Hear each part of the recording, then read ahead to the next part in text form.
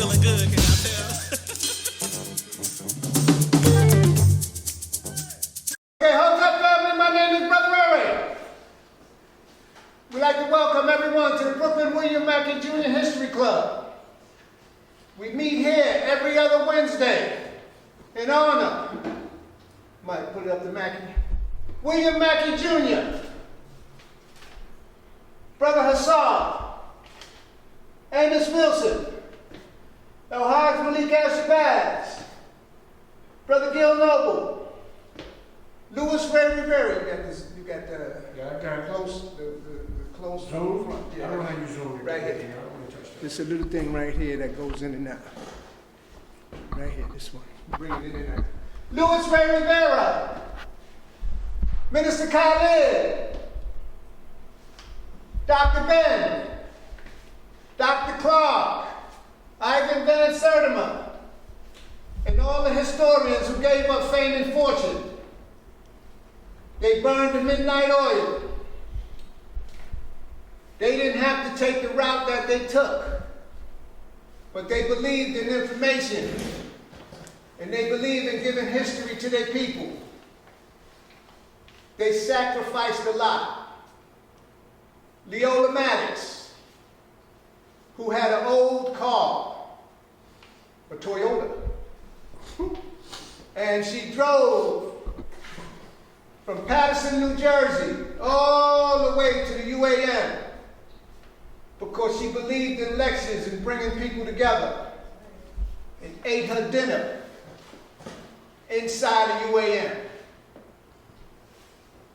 You never want to forget these people. To the people that came out to support the William Mackey Jr. History Club, give yourself a great hand. We still believe in bringing people together because that's the key in giving information to the community. So we're going to bring the camera over to the Amos collection to help Sababu and African World Info Systems to continue the great work of Amos Wilson. We have Blueprint for Black Power, Amos's latest book finished by Sababu, The Psychology of Self-Hatred and Self-Defeat Toward a Reclamation of the African Mind. You hear everybody talking about black-on-black violence.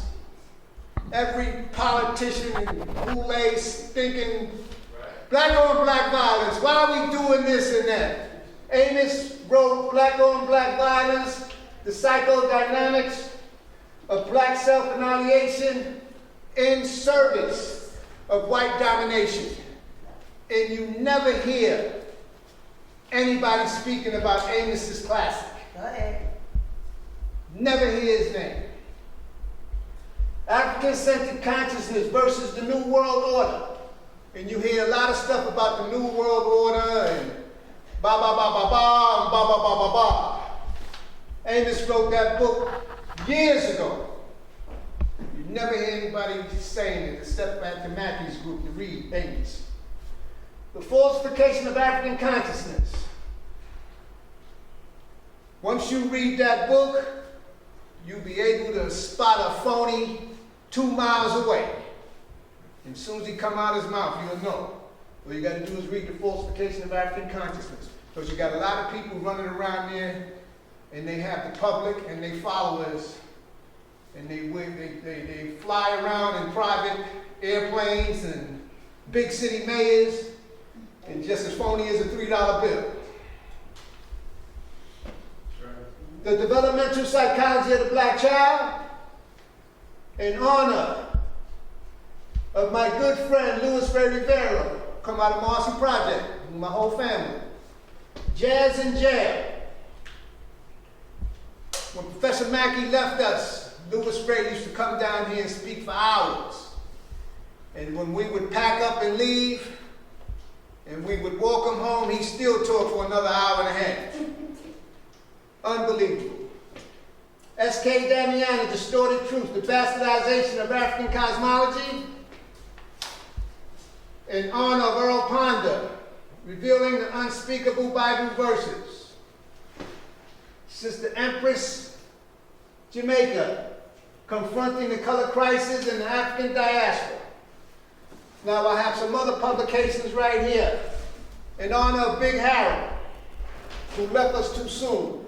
I had the transfer agreement, the untold story of the secret pact between the Third Reich and Jewish Palestine. Ladies and gentlemen, if you go on YouTube, Dr. Randy Short, this is in honor of Randy Short. He has a YouTube video exposing black leadership. Go on YouTube and hear Dr. Randy. He has a PhD from Harvard. He got so many letters behind his name, it's unbelievable. Yeah. And he went to Harvard with a lot of these phonies. Can't get a job. Dr. Ben, black man and a now and his family. Theodore Allen, the invention of the white race. Our sister, Carol Alexander, the unspoken truth of racial divide. I picked this up, The Lost Jews, Last of the Ethiopian Philosophies. You had heard a lot of things about Hebrews, the Negroes, so we have that.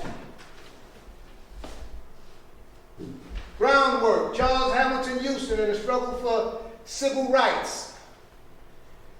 You have a lot of people benefiting from civil rights. Go ahead. Silver rights. Silver. And a lot of people are getting civil rights and ain't pay no dues. It's true. I got a big resentment with that. But in honor of Charles Hamilton Houston.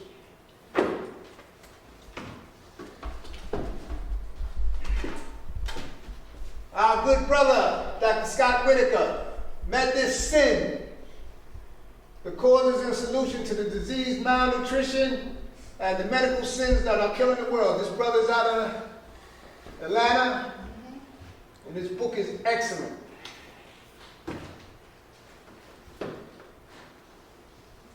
Cynthia McKinney, When China Sneezes, From the Coronavirus Lockdown to the Global Political Economic Crisis. You got a lot of people down in Georgia claim they care about the people. In my personal opinion, the only person that cared about the people of Georgia was Cynthia McKinney. I say. We have a book.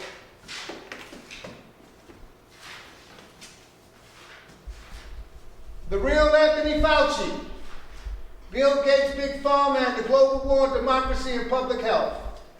#1 bestseller on Amazon. You think you know something about the jab? Yeah. Read The Real Anthony Fauci and watch the tears come down your eyes. The Truth About COVID-19, Exposing the Great Reset, Lockdown, Vaccine Passports, and the New Normal. Dr. Joseph McCullough and Ronnie Cummings. These are doctors. Ayo Kamati, out of Washington, D.C. Yes, sir. Lost a 6-figure job. In his new book, Jays Are the Problem. World War III, COVID-19, and the media censorship and food shortages. This is a small read, but you'll be fact-checking the information for years. Ayo Kamati, War on the Horizon. You can pick up his book. We have a couple of copies here. If anybody wants any of these copies, put your email in the chat, and I'll get it to you ASAP. I'm going to read some community events where if you ain't doing nothing, you can tune in and see what's going on throughout the global black community. Every Thursday on YouTube Live, Thorough Black Talk with Sister Keisha, Tad, Brother Ashe, Sister Marcia, and Brother Black. Brother Blacksmith. That comes on 8 o'clock. One of the hottest shows on the East Coast. Also, our Philadelphia connection with Sister Empress Chi and the Million Women's March. Blog Talk Radio comes out of Philadelphia every Saturday at 10:30. The telephone number is 1-319-527-6189. You tune in and you can get in on the conversation, and that's one of the hottest shows on the East Coast coming out of Philadelphia. AM, PM. 10:30 p.m. while everybody is trying to get their groove on and get back into the norm. Sister Filet and the Million Women's March out of Philadelphia is doing an excellent job.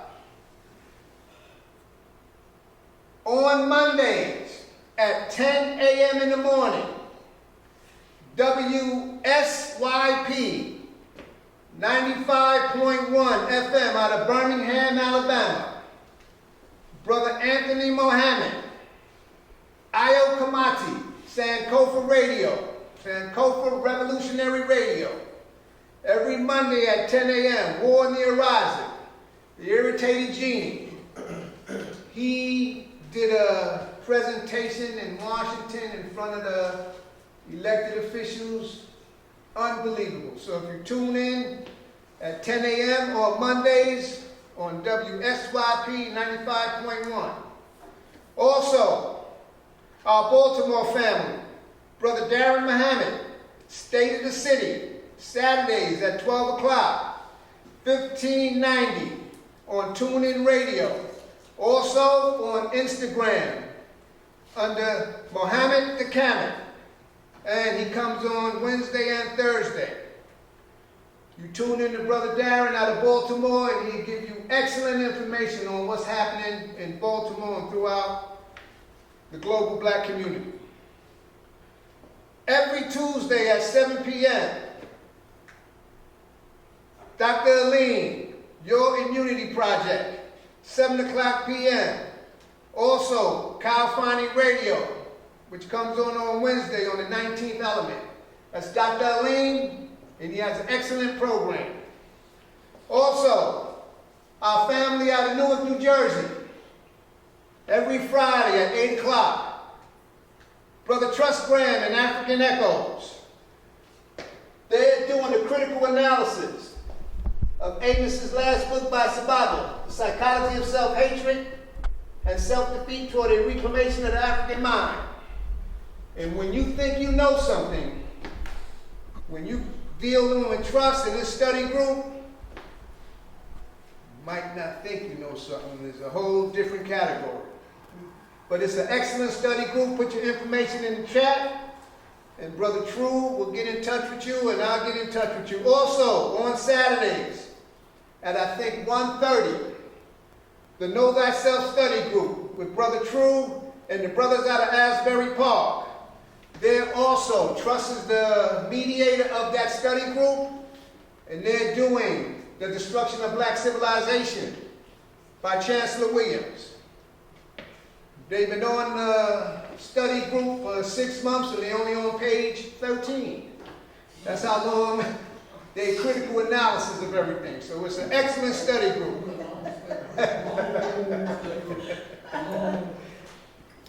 James McIntosh, Betty Dobson, and Miss Richardine Theodore, the Simotap organization. Dr. James McIntosh has his program on WBAI 99.5 called Minefield. That comes on every Wednesday from 2 to 2:30. Excellent program. And also, you could tune in Simotap organization website, and they will let you know everything that's going on with Dr. James McIntosh and the Simotap community. Excellent program. Also, every Tuesday at 5 o'clock on Manhattan Neighborhood Network, Community Cop with Brother Mike Graves, Noah Lee, and Julian Harper. They program come on every Tuesday, Manhattan Neighborhood Network, and you can go over all the Community Cop programs on YouTube under Community Cop. All the years that their program's been on, you can go on it and do your study and your research. And the William Mackey Jr. History Club. You can view all of our lectures on YouTube. Just type in YouTube William Mackey Jr. History Club, and You could go through the lectures and do your research and study Dr. Lewis and all of us, Mike Graves and Keisha and everybody that comes down here to support. The lecture is on YouTube. So we have this information for not only the people that come down here, but the global community who tune in to the programs that's coming on, because information is the utmost. So ladies and gentlemen, without further ado, in Women's History Month, Brother Mike Graves was with us last 2 weeks, and this week we're going to give one of the co-founding members of the Thorough Black Talk Radio program, and she can tell you a little bit more about that program and the topic on Women's History Month. Ladies and gentlemen, I want you to give a great big hand to our sister in the struggle and good friend, Sister Keisha.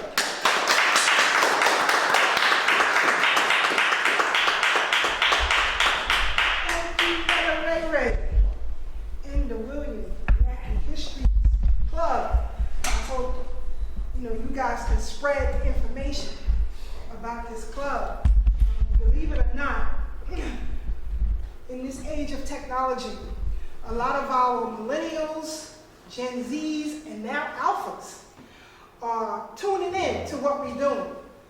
And they are remastering, right? Making Dr. Amos Wilson go viral, making Dr. Clark go viral, you know what I'm saying? Making Community Cop go viral. They are allowing us to come into their spaces and have study groups with them, right? I did one this morning with some young brothers and sisters from the Bronx before coming here. The same lecture I'm doing with you, I did with them. And on top of that, you have more, I would say Gen Z, as opposed to millennials, who are in tune with our history because of technology, right? I think the next time I come here, I'm going to teach a class on what's coming for the future with technology, because the devices that we are using now, once Web 3 kicks off, will be obsolete, right? So I want our people to be in the forefront of what is coming technological-wise, right? Oftentimes, if I'm with a senior group, or I go to a senior home or something like that, it becomes very difficult.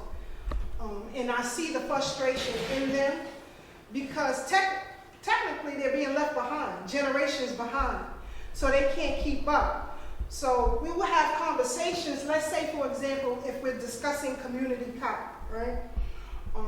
There are ways that I can pull up certain segments of the show, and they will want to spread it to their friends. They cannot do that, right? So if I'm not there, then the rest of their friends won't see community cop, right? So we have to stay abreast of what's happening with technology. It is moving at a rapid pace. Even using things like Word and Excel, obsolete. It's obsolete. Coming from Web 3. So the next time I come, I'm going to try to teach a technology class, because I want us to be in the forefront of that instead of being behind. So tonight, we're going to continue where Mike left off 2 weeks ago with Women's History Month, right? There are a lot of events, moments, and people in history that are often not spoken of. For example, Mike, I'm gonna use you as an example. He loves Martin Delany, I should say. He loves Martin. Absolutely, absolutely. Okay, and one of his favorite quotes, right, Mike always uses, something to the effect of, if anybody come here looking for an enslaved person, Escape the slave act. right, they gonna get it when they reach his doorstep, right? Whether you are on the Supreme Court, whether you're a constable, whether you're a cop, whether you're a judge, if he doesn't lay you a lifeless corpse at his doorstep, Right. may heaven refuse him a heavenly resting place. Right, that's what I'm talking about. And so, thinking about that, why would he say that? Why would he say that? What was the reason for him saying that? I think it's looking for escaped slaves. Escaped slaves, Sister Pat?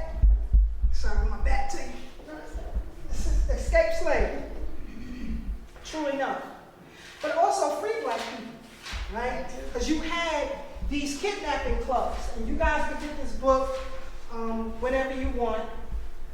Try to find it cheap if you can. It was written by a man named Jonathan Daniel Wells. It's called The Kidnapping Club, Wall Street Slavery and the Resistance on the Eve of the Civil War. What was happening during the time of Martin Delany, you had people who were escaping, but you had hundreds of thousands of free black people who were being kidnapped, right, and sold into slavery. Absolutely. Not just here in the United States, but they were sold abroad, England, and all these other places. And so they were taken off the streets of New York, in Brooklyn, by these kidnapping clubs. The NYPD, or the police department, was complicit. The governor was complicit, Governor Marcy, and the district attorney, all were complicit in kidnapping and reselling free black people. And so people like Martin Delany, Maritcha Lyons, Ida B. Wells, and Victoria Matthews, Maria Stewart, all were writing and investigating these crimes, right? David Ruggles was one of them. Yes. One case that stuck out to me was a case of a 7-year-old girl who was kidnapped and sold into slavery. I had never read, I went to the Archives, Historical Society, and reading all of the writings, and it behooves me, let me digress for a minute, that all these historical societies and universities have now all of the writings of our greats, from Garvey to Adam Clayton Powell, and they have the nerve to try to charge you to get some of them too. But I'm pretty witty, so I know how to get it without paying no fees. Even stuff that I'm waiting for from Cambridge to come to me. They have one-of-a-kind poems by people like Nina Simone. I didn't even know she was a poet, right? But they have these things in their possession. So in going through the archives, I began to read about all of these cases that were taking place, in particular of young black girls, because there were two markets for black girls and black women, right? Enslavement and prostitution, right? One of the lead investigators of the girls being sold into prostitution was Victoria Matthews. Victoria Matthews was, I guess you would call her a mulatto. That's what she was. She was born of an enslaved mother, and her father was a slave master. And this is her. This is a picture of her. She hated the white blood within her. If you look at some of her writings, she talks about that often. She hated every bit of it, but she used it to her advantage, right? The paleness of her skin. She used it to her advantage to go into these, what we would call today brothels, right? To see what was happening with these young black girls. And she led an investigative team and started her own newspaper to talk about it, right? And so there was a meeting that took place right here in Brooklyn between her, Ida B. Wells, and Sarah Garnett.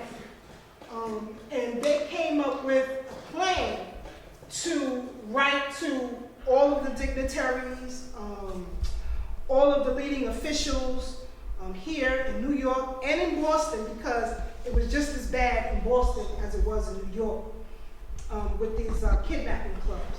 But anyway, they wrote to these people, they petitioned the government to do something about it, and when they realized that that was taking too long, they began to pool their resources together and open up group homes, right? So today we call them group homes, but they were homes to young girls who were abused and made to become virtuous. They would teach them how to sew, how to clean, how to cook, how to maintain a home, how to get a job, how to be a proper woman, to put them back into society. So Elizabeth Matthews, actually I was on a panel discussion. I was asked to be on a panel discussion for Abolitionist Place, which is downtown Brooklyn. And my topic was to investigate Victoria Earl Matthews. I was on a panel with, I would say, historians, scholars, researchers. Some of these women's descendants were also on the panel. And no one knew the in-depth history of Victoria Earl Matthews. And so to engage our people, especially black women, about her was profound. Hopefully I will get a copy of that and you guys will see it. I'll put it on the web so you guys can see it. But anyway, she was born in slavery in Fort Valley, Georgia, moved to New York with her mother later on in life when she became a teenager. Her mother was raped by the slave master and she escaped. After a while, she earned enough money where she could go back and buy her daughters freedom, and which she did. Victoria came to New York with her mother. In fact, her mother was the first black person to petition the court in Georgia and win, right? Her mother. But anyway, when she got here, her mother found her a job as a domestic, and the house she was working in had a vast library. Victoria was allowed to use that library, and so she studied often. But she married later on to William Matthews, and they had a son, Lamartine, who died, I think he was 16, died at 16, and she died herself at an early age of 45. But all her life, she worked to free black people and become a voice for black women and black girls. Today, when you look at these group homes, or I don't know, whatever you want to call them, we'll say group homes for the sake of argument, but no one knows that this is one of the women who started it and why she started it. Right? It's important that we teach our children who were the innovators. So she, to me, was the first investigator of sex trafficking, the first. And like I said, she was very close with Ida B. Wells, and in particular, Maritcha Lyons. Maritcha Lyons was born free. Here in the United States, she lived in Brooklyn. This is Maritcha. There was a school, actually, in Brooklyn named after her. And it's funny that the majority of the students are Latino, even though it's called the Lyons School. And she was one of the first black school teachers here in New York, as well as a principal. She was a proponent for education. Again, she worked with Victoria Matthews to investigate these sex trafficking crimes. She had a lot of friends. She came from money. Her father was a wealthy man. They actually had to leave New York, and she left to go to Providence, Rhode Island. She was the first black person to graduate out of Providence, Rhode Island public schools. In fact, later on, after her school years, she was an advocate for public schools for black children. So that's where all of these African free schools come from, right? When you hear about African free schools, I went to one of them, right? Pier 67 in Fort Greene was an African free school, one of the first, the Charles A. Dorsey School. When I attended that elementary school, they made us know that history well, right? So it is important that we teach our children this. So again, let me just read a little bit about Maritcha. She said, let me read here. We named Lyons Community School after Maritcha Lyons because she embodies the full, well-rounded life we wanted for all of our students. Born in New York City in 1848 to free African-American parents, Maricha had a remarkable life. As she wrote in her memoir, her parents instilled in her the drive to make the best of herself. But they also modeled the importance of helping others. Her parents were active in various aid organizations, and their boarding house was a stop on the Underground Railroad. Maricha and her family truly valued her education. As a young girl, Maricha missed a lot of school due to serious illness. But as soon as she was healthy, she would eagerly return to school, although she often had to walk nearly 3 miles to get there. She was not deterred, anxious to catch up on all that she had missed. In her memoir, Lyons wrote that it was at this time that she developed a love for study's sake, right? Study for study's sake. As Ray pointed out in his introduction, those hours that he mentioned would encourage you to study for study's sake. Today, unfortunately, we don't do that. That's why it's important for us to be in these spaces that I mentioned earlier, right? So that our young people can understand what that truly means. Because again, we're in a technological age, and everything must be quick.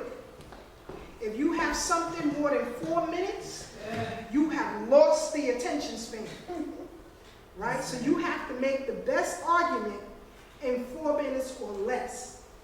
Today, with Gen Z and the alphas, they just don't want to hear it. That's why TikTok is so popular, because you only have a certain amount of time to say what you want to say.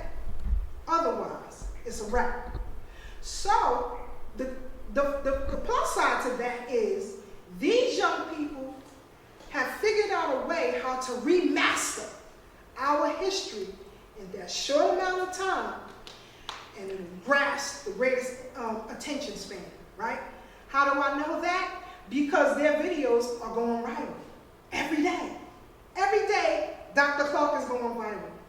Every day, Amos Wilson is going viral. They are trending, and they are deceased, right? It's important to study for study's sake. In 1863, the Lyons family was forced to flee New York City during the Civil War draft riots. My great-great-grandparents were involved in that. I found out by interviewing the elders in my own family and getting the story and photographs. But anyway, the family moved to Providence, Rhode Island, where Maricha and her siblings were at first denied entry into the Providence schools. The 16-year-old Maricha spoke before the Rhode Island legislature. 16, she's speaking before the legislature, pleading for the opening of the door of opportunity. And the family won the right for African Americans to attend public schools.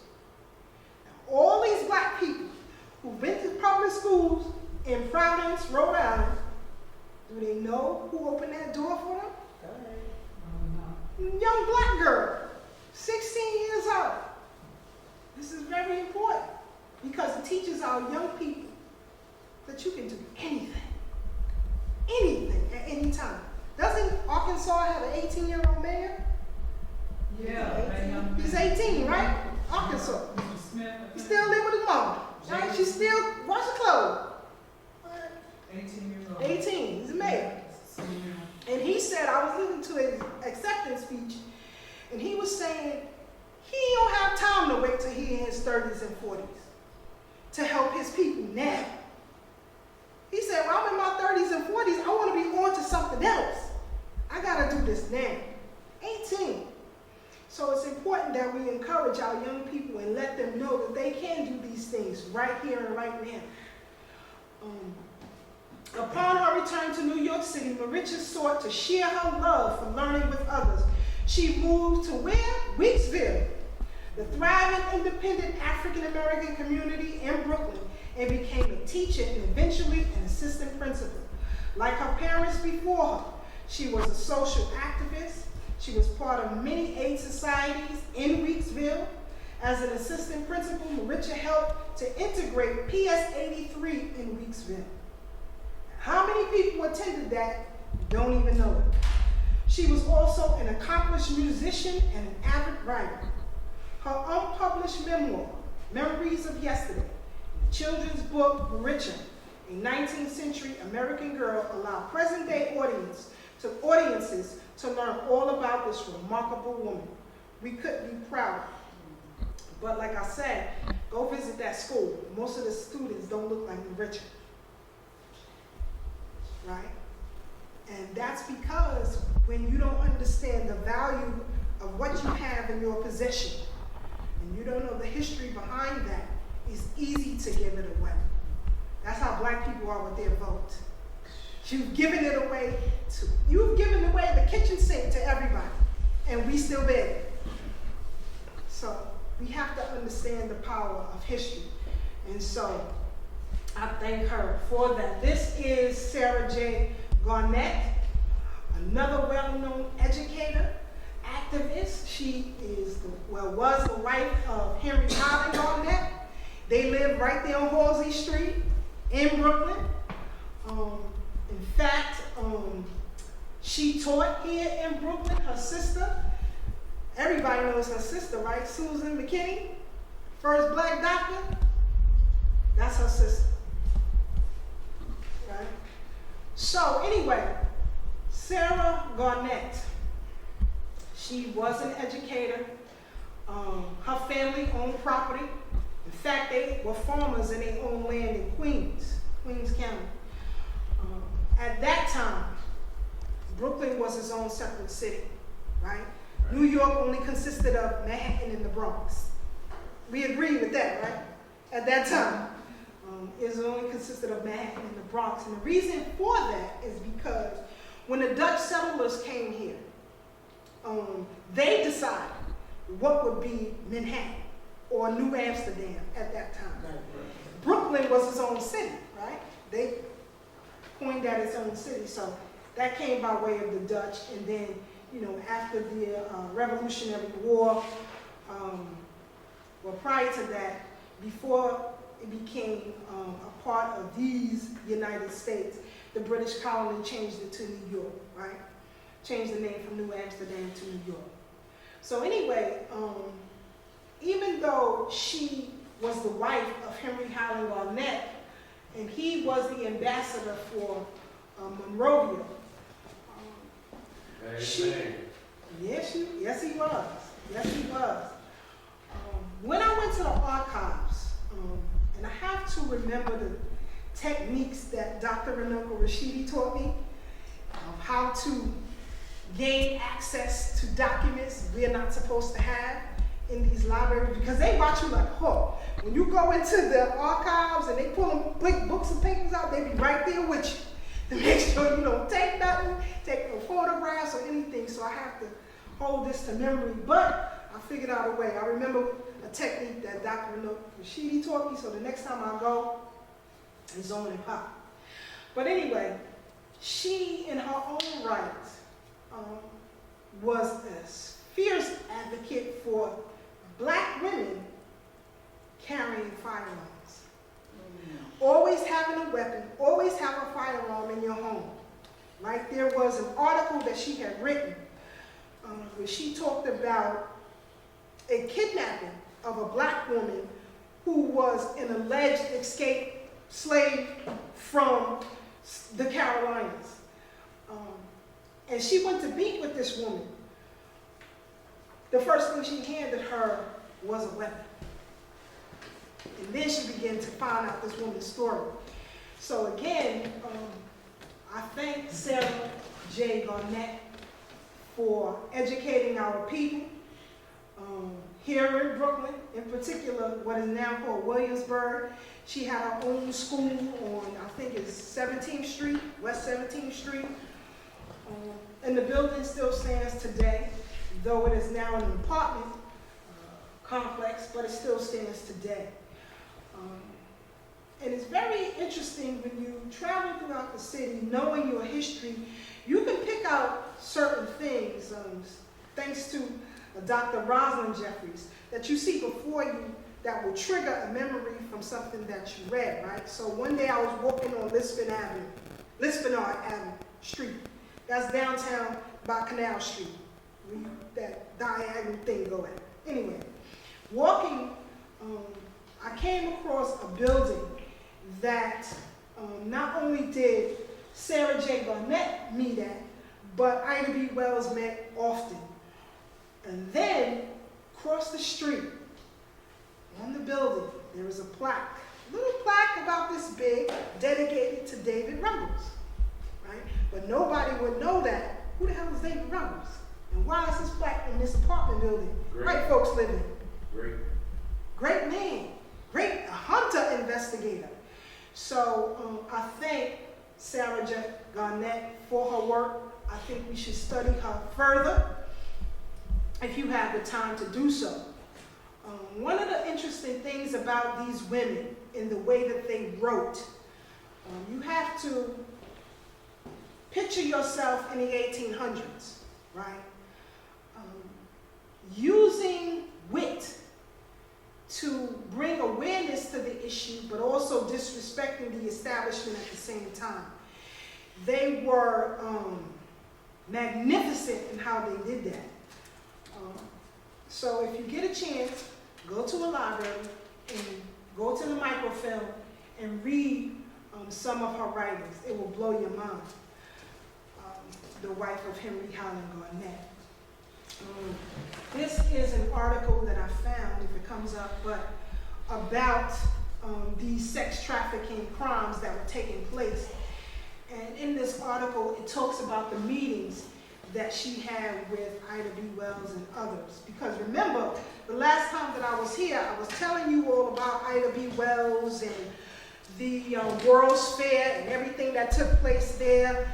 The serial killer that was after black people and killing black people for insurance at the World's Fair. How she had to step in and help Frederick Douglass gain a pavilion because the United States would not give him one. The nation of Haiti gave him one. Right? So think of all of this that is taking place during the mid-1800s. You got sex trafficking going on. You got kidnapping going on. Free and enslaved black folks, right? Then you have black women who are trying to educate black children at the same time. You have black men who are forming businesses. Now this is before the 1920s. Forming businesses, trying to maintain their families and maintain communities like Weeksville. So all of this is going on at the same time. So it brings a clear picture of that quote of Martin Delany, what he was talking about. Now you have a whole picture of why he would say something like that, right? Also, in some of his writings, he talked about meeting with some of these people at that time. This right here, the Black Abolitionist Papers.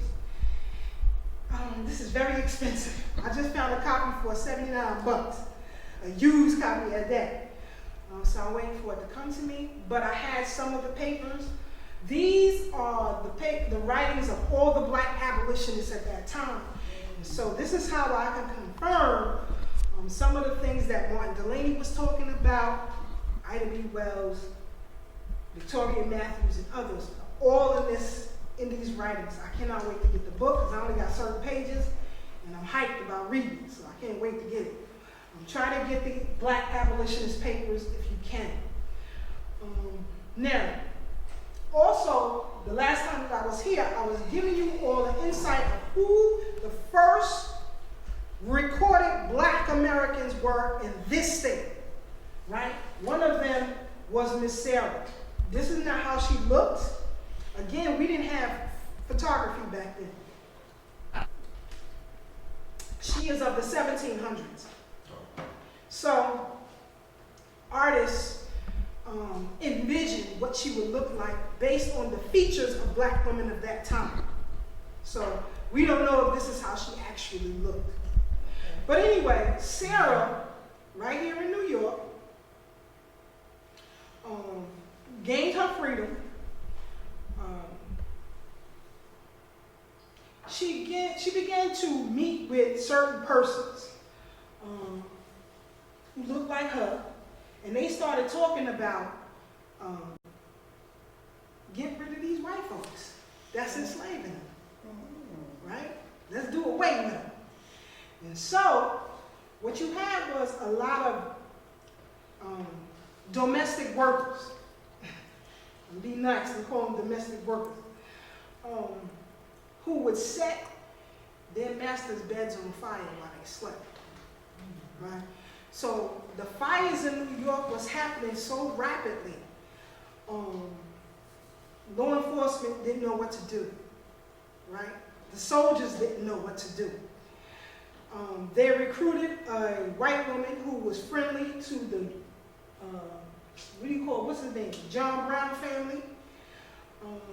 And this white woman helped them set these beds on fire, set these homes on fire of these white slave masters.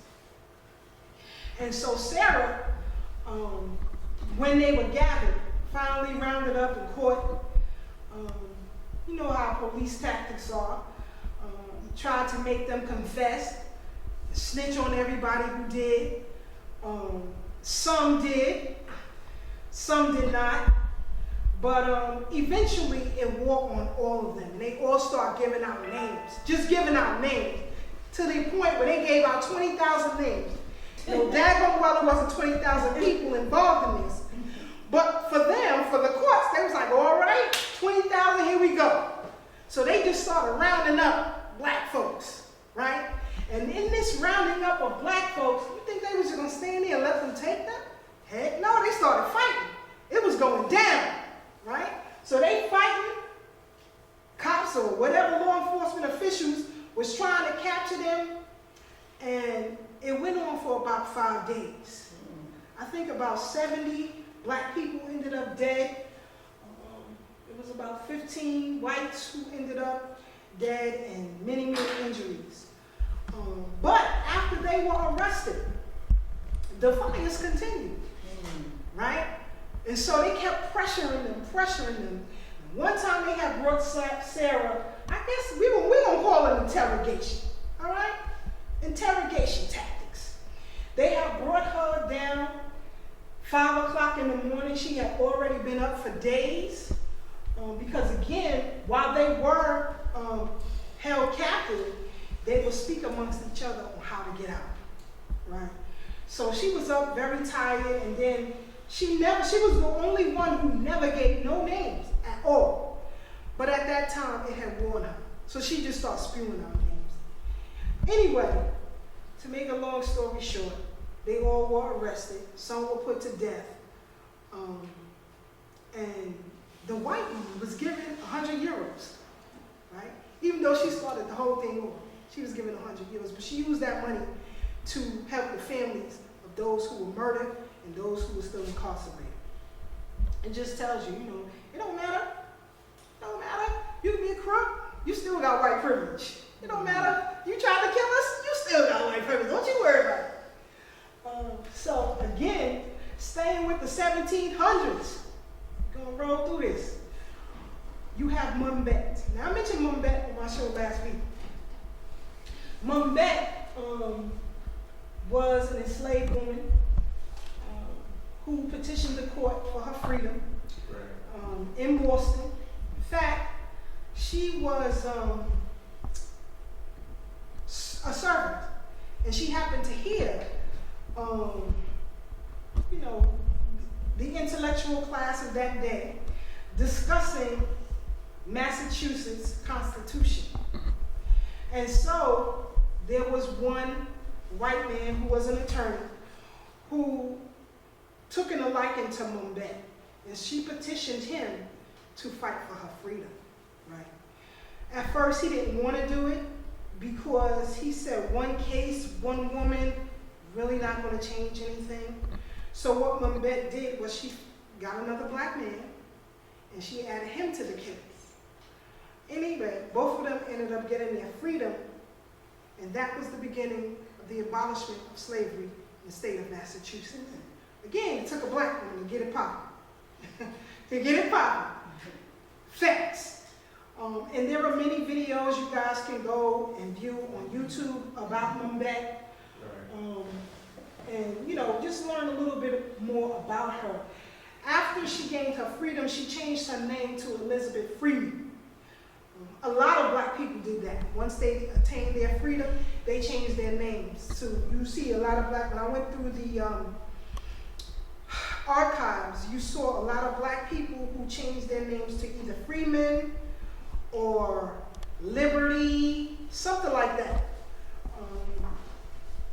But you gotta give her kudos for setting the precedent to abolish slavery in the state of Massachusetts. Which brings me to Miss Wheatley. Phyllis Wheatley, very complicated young lady, very complicated. When I read some of her writings, most of her poems, I would say 90% of them were about death. The first published was that of her own journey from Africa on a slave ship and how brutal that was. I'm going to see if I can place a reading of hers. This is from the book 400 Souls by Ibram Kendi and Keisha and Blaine. Great book. I think you guys should get it if you can. But Alexis Pauline Gums. let me see if I can make this louder. Winter solstice in New England, December 21st. I found 7.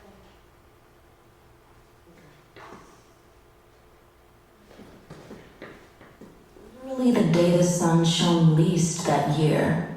So yes, let it be characterized by the potential of darkness. Let us consider the small flames of candles and whale oil lamps that the readers of the Newport Mercury would most likely have used to engage the first published poem by an African American, by an enslaved woman, by a daughter whose surviving memory was of her mother pouring water before the sun rose.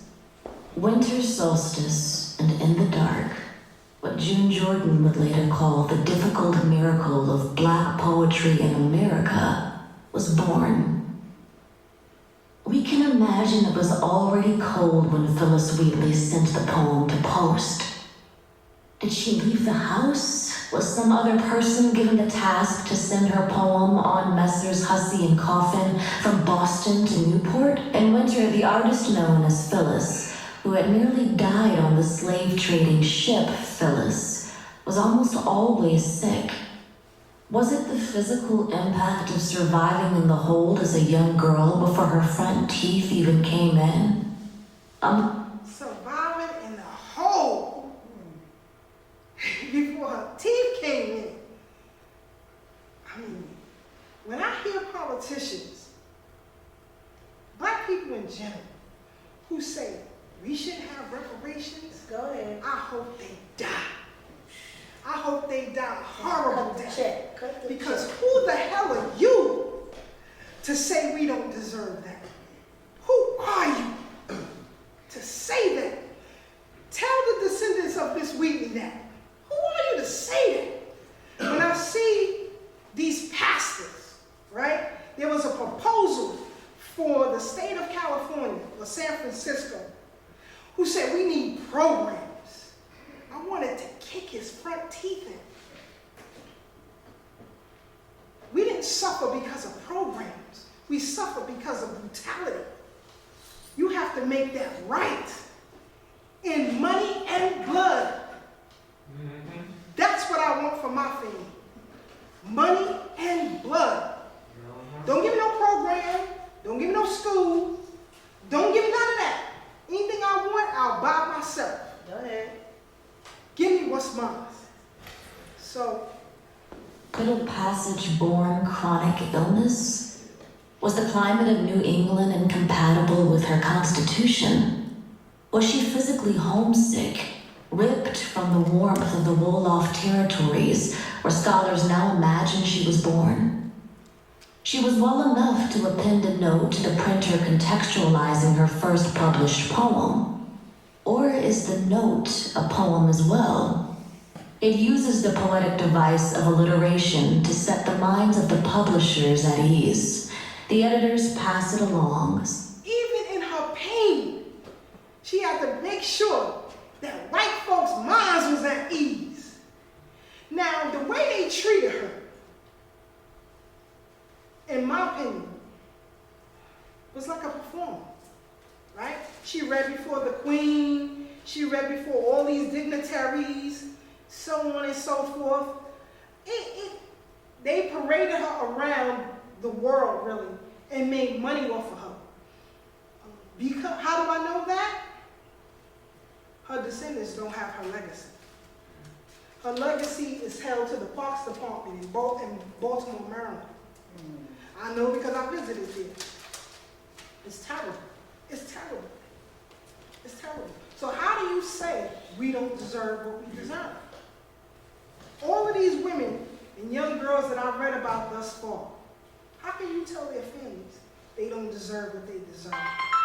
You got people, attorneys from Cobra, D12, and other groups talking about goddamn programs. We don't need that. Our people never fought for programs. We fought to have our own.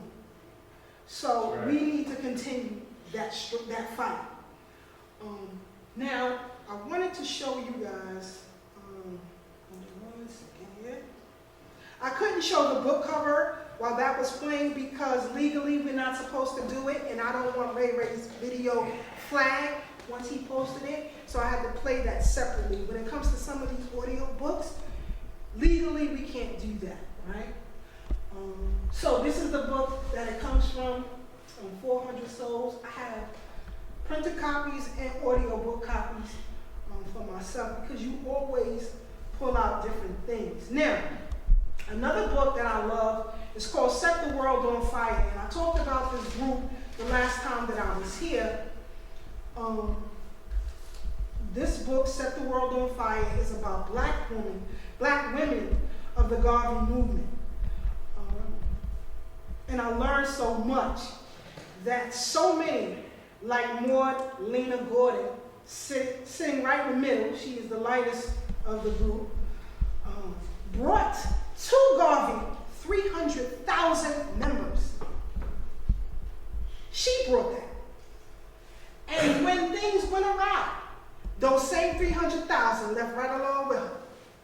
And you had other women in this movement who did the exact same thing, including his first wife, Amy Ashwood Garvey.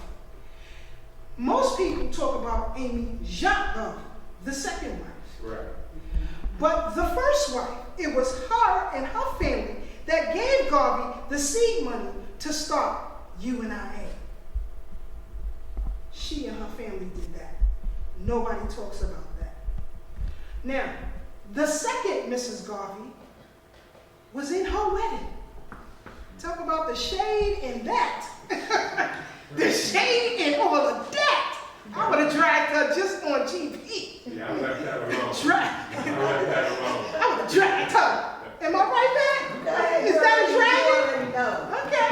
I'm sorry, but hey, I got to tell it as it is. What they do? In fact, how do I know? Check this out. She would come to Brooklyn often. This is Amy Ashwood. She would come to Brooklyn for whole meetings here. But in her memoir, she got a memoir. I'm like, where is it? I have it here somewhere. Excuse me, family. Maybe I do. But anyway, I'll read from here. This is it.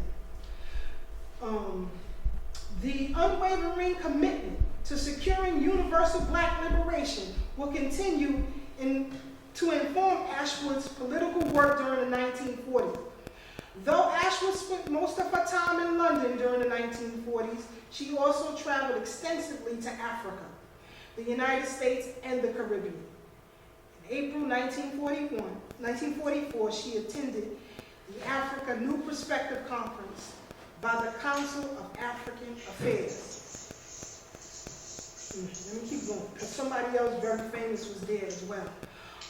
At the Institute for International Democracy in New York City, established in 1937 by celebrity activists Paul Robeson and Max Yergin, one-time secretary of the Young Men's Christian Association, YMCA, in South Africa, the CAA became one of the leading Pan-Africanist and anti-colonial organizations of the 20th century, providing a bridge between people of African descent in the United States and the Africans on the continent. The organization's 1944 Conference on Africa underscores its leaders committing to the advancement of Black liberation in Africa. After she left the United States, and she and Garvey divorced, she went to England, formed one of the most powerful Black organizations in England, Amy Ashford Garvey. So I wish some of our scholars and researchers would dig further into her story to learn about her and her family. And when you speak of Garvey and UNIA, you cannot mention it without her. Because without her, it would not have been. It was her bread that did it. It was her organization skills that taught him. See, Garvey was a politician. He ran for office in Jamaica, right? So he already knew what to do. Politics. Right. He didn't know how to get to the people on the ground. She was the people organized. She was the people on the ground, right? Because she was a socialite. Her family was wealthy in Jamaica. She was a socialite, right? So you have to think about that. Now, we're going to move further because today I'm listening to Fox News, and they talking about the proposal of San Francisco's reparation package. One of the commentators talked about who owes what. Well, here in New York, we're going to start with the Lehman family, because it was enslaved bodies that gave them the bread to start their business on Wall Street. We can start with them. You understand? Here's the documentation with them. Now, Lehman, as an owner of 7 slaves, 3 males, 4 females, ranging in the age from 5 to 50. Some of these were household slaves. Others may have been used in the firm, notes a family history. As young as 5 years old. Now, who are we? Or who are all of these folks out here to say these families don't deserve reparations? Who else do we go to? New Yorkers invested heavily in the growth of southern plantations, catching the wave off the first cotton boom. Southern planters who wanted to buy more land, and Black people borrowed funds from New York bankers and protected the value of both bodies with policies from New York Insurance Company, New York Life, and the rest of them. Who owes our bread? New York Life, Lehman Brothers, law enforcement, the state of New York, because they were complicit in these kidnapping clubs. They were complicit in the reselling of free Black people. So when you have state politicians, local politicians who say, well, reparations can't come from us, it should come from the federal government, you're a liar. You're a liar because there is documentation that you were complicit in it. New York factories produced the agricultural tools forced into southern slave hands and the rough fabric called Negro cloth, worn by their Blacks. Ships originating in New York docked in the port of New Orleans to service the trade in domestic and then illegal international slaves.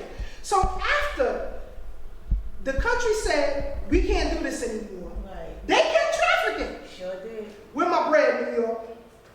Don't let no New York politician tell you New York does not owe reparations. You're a goddamn liar. Because the documentation is right here. New York. So again, Richard Lyons, Ida B. Wells, Victoria R. Matthews, all of them writing, talking about these things. From 1700s to 1800s. Today we're in the 22nd of March, I think, of 2023. You still have politicians who say, oh, we got to have a study about reparations. A commission, right? 300 years of talking, but you got Asians who are sneaking across the Mexican border as we speak, and nobody's saying a goddamn thing. You got Indians coming out of Sri Lanka and everybody else coming through the border, and they getting home. You got black American homeless people on the street in Bed-Stuy, but an illegal Asian can get a house before he can. Again, I blame the voters. You are complicit in what you're doing to your own people, unknowingly. Unknowingly. But they're gonna get Trump. Listen. They're gonna lock him up. Trump is not going to jail. If you believe that, I got a bridge to say. Now, going back to these kidnapping clubs, hold on one second. Let me see. Here we go. All right. Keisha, how about the Haitians who come across the Texas border? They treat them like dirt on those parcels. Beating them, right?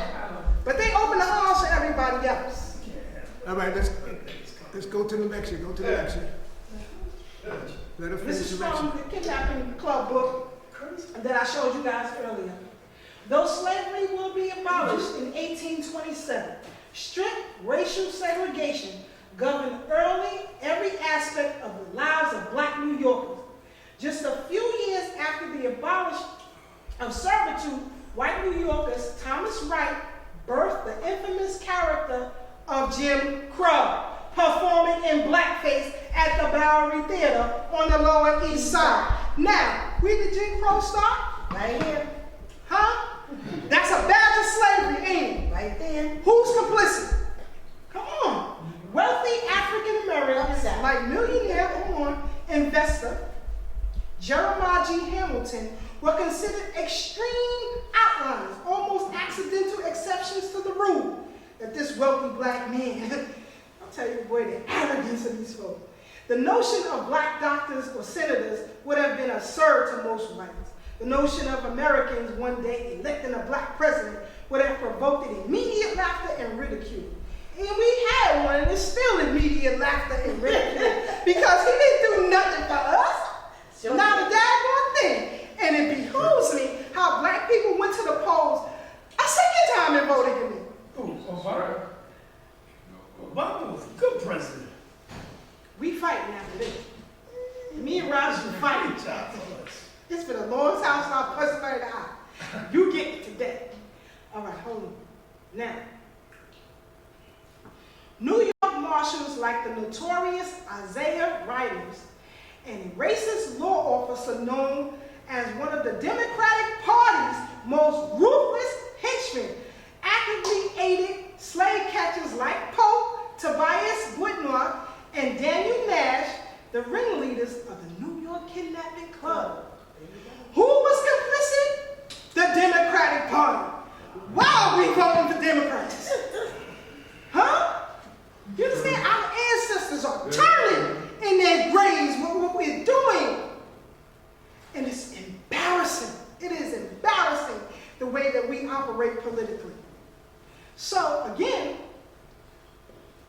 the majority of the voters who are black are in the Democratic Party. The Democratic Party will never give you what you want because they were complicit in enslaving you. That's right. It is not a part of their legacy to do anything for you. So when I see people like Joy Reid and all of these other black media commentators talking this stuff over with them, they sound ridiculous. Let's go to the second paragraph.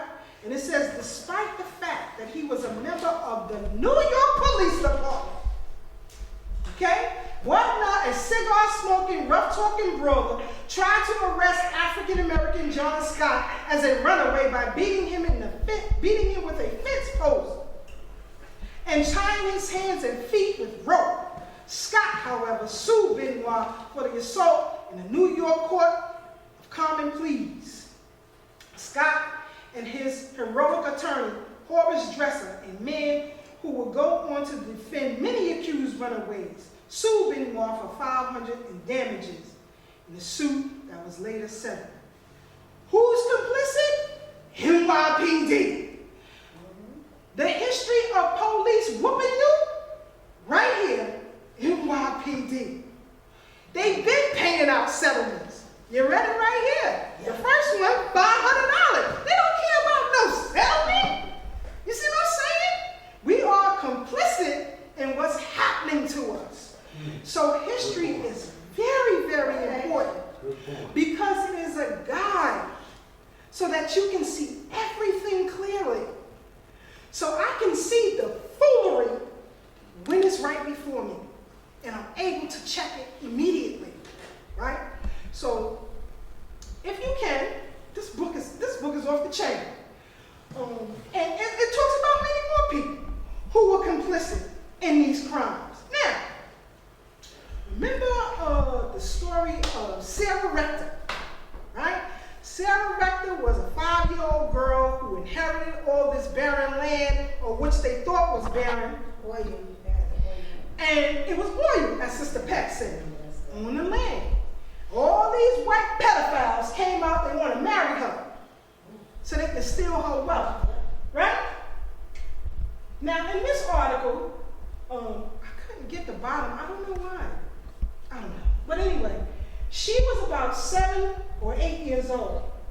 Why the hell you have grown white men wanting to marry this girl? First of all, why are they advertising such things?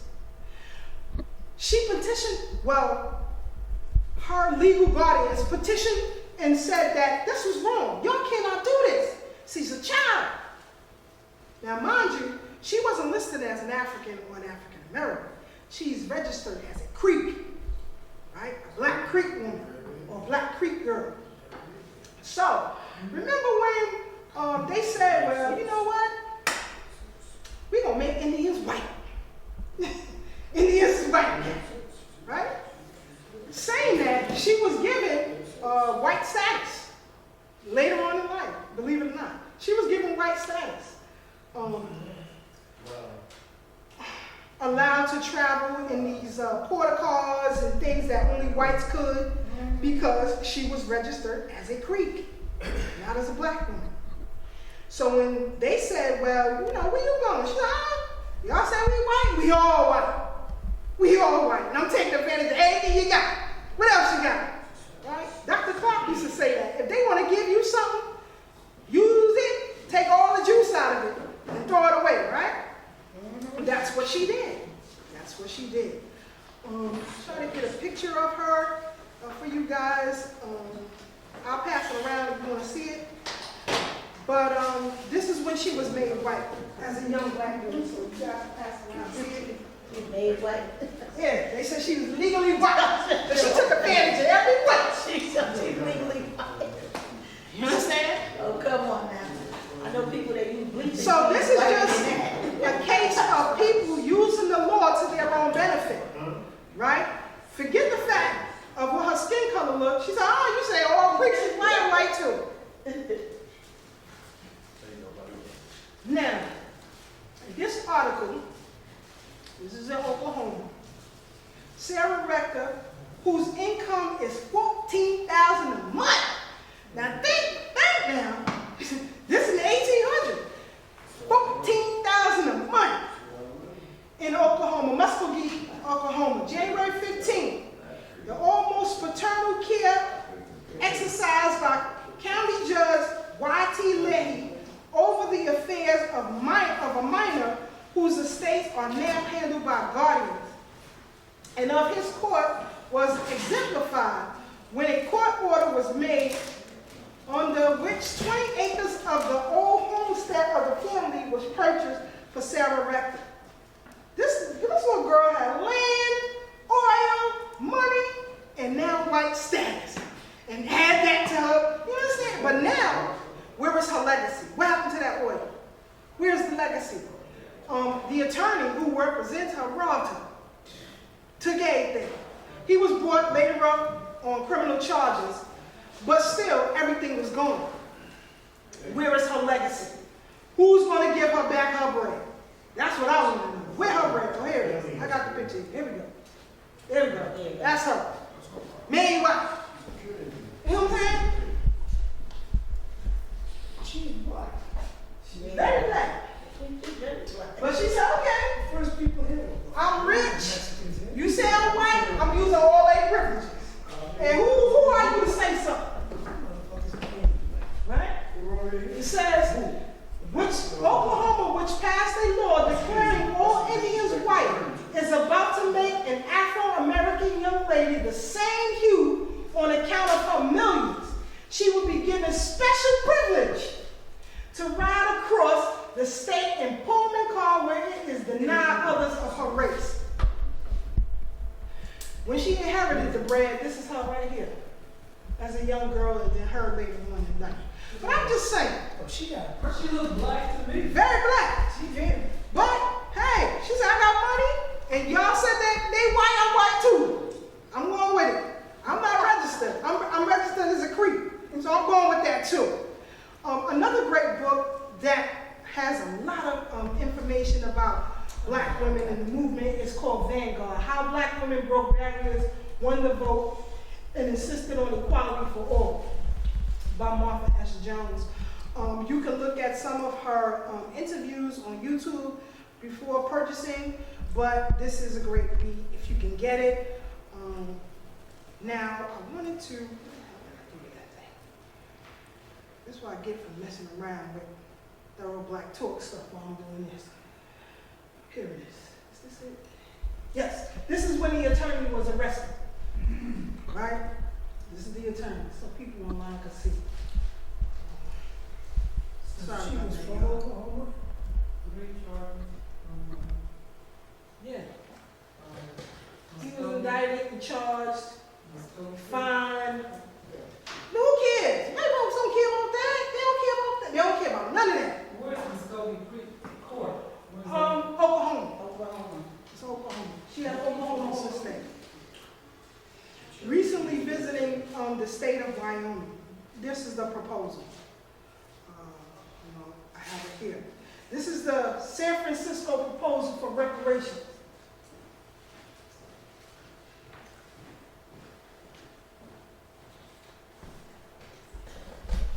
I want number 3. Minimum guaranteed income? I want number 3. Right? Because that's generational wealth. Right. Everything else they playing with you. Debt forgiveness.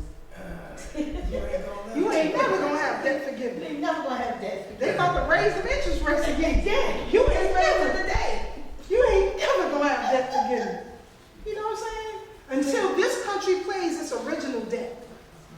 That is to us. Right?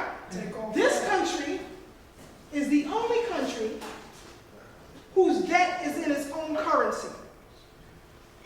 So if anybody calls in the U.S. debt, they can just print it. It's in their own currency. That's the deal that they made. Nobody asked where that money for the Ukrainians is coming from. On this Fox broadcast, they was talking about why I gotta pay. What's the attorney? Janine, what's her name? Kira. That's her. That's her. She said, and I quote, I'm gonna marry a black man, so I can give me $100,000 a month. I swear to God, that's what she said. That's what she said. So now you had a pastor who came out and condemned this, saying black people don't need money. Well, he don't need it for donation. He shouldn't take nothing. He should be never a collection plate. So again, He should never ask for tithes ever again in his life. true indeed, true The indeed. program run through his church. Now, you had all these Chinese immigrants illegally entering the U.S., right? No problem. Shelter, food, Phone. care, Housing. employment. But black people get nothing. here forever. Get nothing. Yeah, I just don't get And you better not ask, especially black politicians. These black politicians today, I swear I wish I could kick them in the front teeth, every last one of them. They are useless. Useless. So I would employ all of you to rethink your strategies as far as voting is concerned. Rethink how you operate. I had took a video of a clip from a movie, and I wanted to play before Ray went to the break. Crop of supporters, a larger crop, much larger payroll crop. Those supporters, they are okay. Please, in fact, if the idea of a black president, as long as he's not too black, as long as he understands his place, as long as they can be sure that he's not going to run for the Mason-Dixon at the first sign of daylight. See, that is what they'll think. If you stand on a podium talking about Hollis Doyle and quoting Rosa Parks, and do we know? That is an incredibly simplistic view, Roy.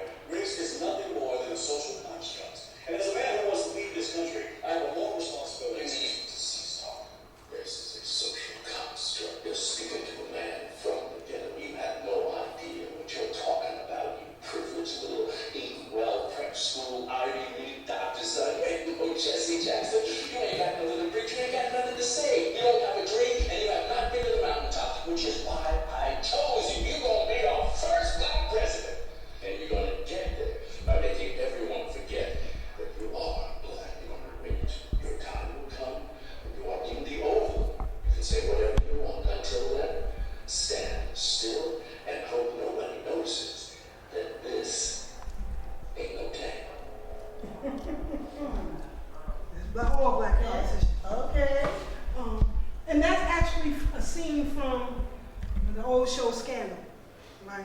Used to have a lot of black men say, I ain't watching that. Olivia Pope sleep with white man and all this. Joe Morton destroyed white men in Scandal. Every episode, every scene, he destroyed white men. Every scene. She destroyed black women. She didn't destroy black men. Okay. If you watch the series, I did. who ran the country? Who ran the world? Oh, please. Who ran it? No argument. A black man, okay? Can you And put he your legs- gave them the illusion that they were running things. He said, I give you, you have white power because my black power allows you to have that. And until we stand up, we're going to keep being under your power. Joe Morton can deliver a line, I'll tell you something. But anyway, that's the feeling of most black privileged people, or what some people call the boule today. This is how they are. This is how they are. And so every sentence he said in that scene was right as that. Right as that. Another study by Alfred Conrad and John Meyer calculated the rate of the return on the investment of slaves. They reckoned that slave capital earned at least equal returns to those from other forms of capital investment, such as railroad bonds. The rate of return on slaves will be as high as 13% compared to the yield of 6 to 8% on the railroad. Now, when you had all of these Asian folks talking about they built the railroads, show me where. They worked on one line, the Continental. That's it. Black men did that. True. So how are we to tell black men's families they don't deserve reparations? What arrogance do these black politicians have to say that? It's so disrespectful. So disrespectful. All you gotta do is pull up the information and put it in their face. It's all documented. Nothing is hidden. Right? Yet enslavers had already, by the end of the 1820s, created a highly innovative alternative to the existence of the financial structure. Stop playing here. This country would not exist without slave labor. Going back to even before our fight with the British, going back to the Dutch used African labor to clear the land of New Amsterdam, used African bodies as a barrier to ward off the British and the English. When I was here last time, I talked about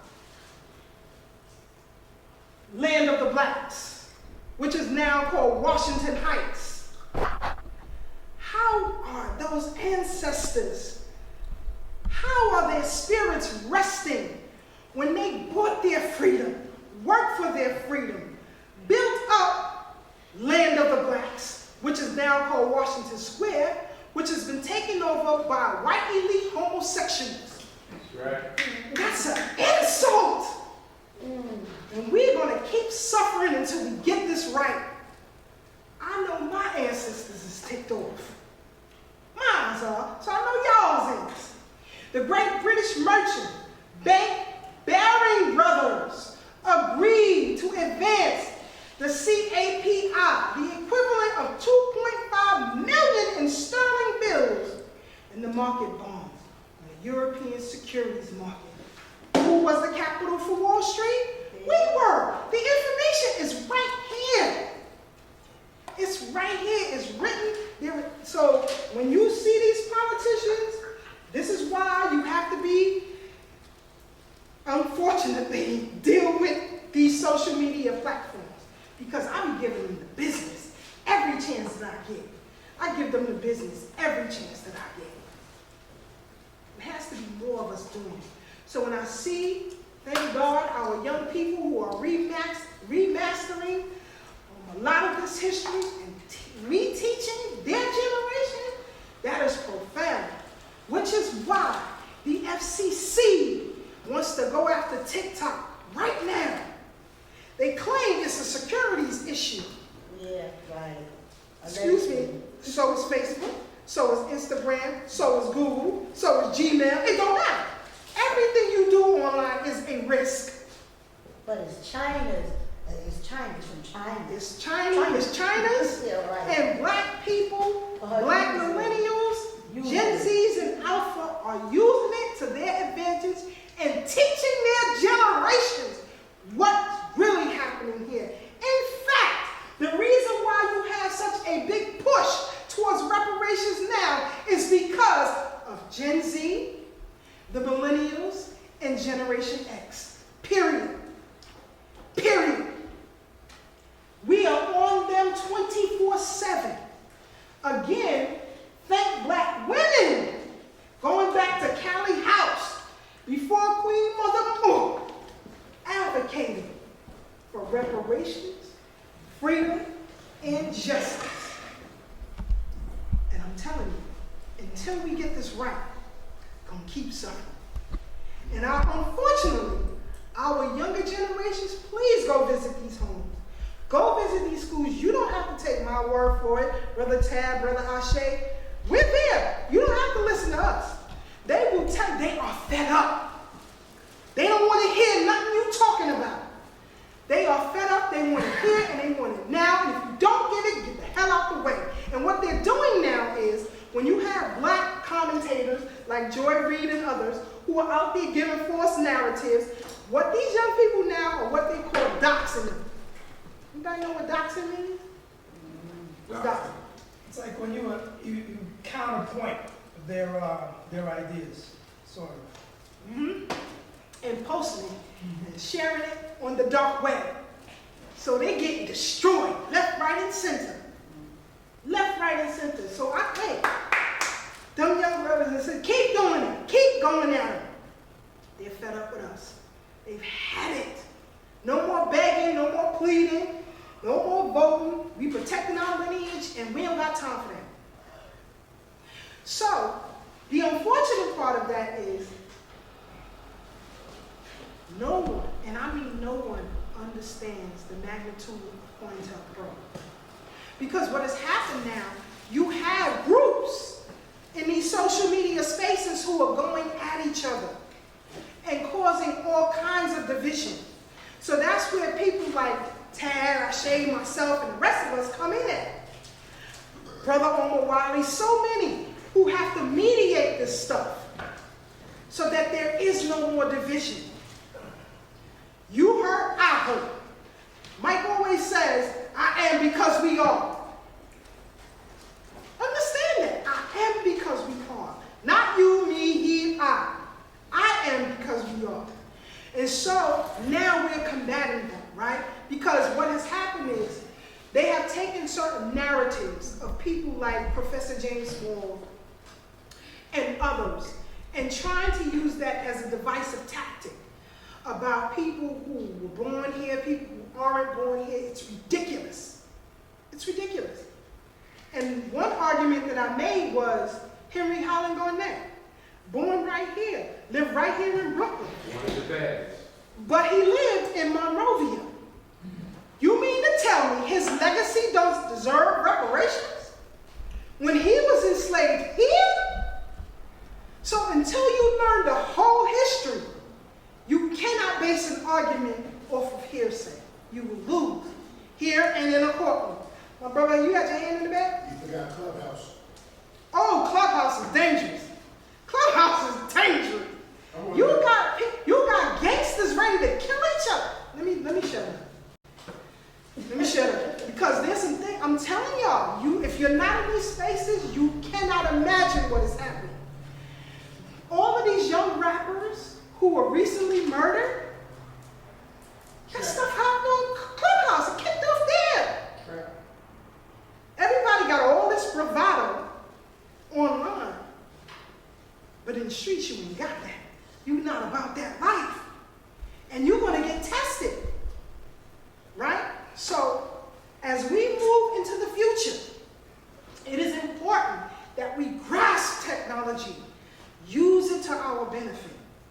And a lot of us are doing it. I say this all the time. Never point in history have you had so many black independent media right now than ever before. Ever before. I don't care what. Ray Ray named 5 in his introduction. He named 5. There were 5 million more. We correspond with media personalities in Europe, in Japan, in Sweden. We got a brother in France who remasters all of our videos, right? So when we air Thorough Black Talk, he remasters it in French, Portuguese, German. This young brother is remastering Thorough Black Talk. If I send him a clip, and I got to get permission from Ray Ray to do that, he can do it and get it to you in a half an hour. When Tad was here last month, he remastered that the next day. When Ray Ray put it out and I posted it, he said, I got you, Keisha. Now it's going viral. You understand? Different languages, right? So we have to grasp technology. And I promise the next time I come, I'm teaching a technological class. You got to know what NFTs are. And another thing with our young brothers and sisters, God bless them, boy. They ain't about this struggling life. They have grasped hold to this gaming technology, NFTs, 3D printing, all of that, and making a killing. And using that money to start black schools, black clinics. You got a young boy, 20-something years old, out of Texas, got his own school. Let me tell you something. Technology can be a gift and a curse, but it's how you use it. You got to start with the truth. We got to tell the whole truth, as the Trust Graham always said, right? You got to look for all the facts and all the evidence to determine what is history, right? So, in teaching about these black women of the past, it gives current black women who have doubts in who they are. And I want to show you in the break, after the break, I'll pull it up because I know we're going soon. If you want to keep there going are things through, that you can black keep going girls, through if you want. black girls are doing. You ever see this, well, I know Sister Pat is on social media, and I know Troublemaker over here is on. You just outed yourself. So I already know. But I'm just saying. But, and Ray may be starting trouble too. Good vocabulary. But, What about that brother right there? Midget Jones. That's a bad dude right there. Midget Jones. But anyway, I have to go to, let's see. I want to show you a video of what some of our young people are doing. It is terrible. even these little skits that I started doing, just to be in their spaces, they like them things, right? Jeez, I had it pulled up before I came in. But videos like this, let me just show you what I mean by remastering stuff.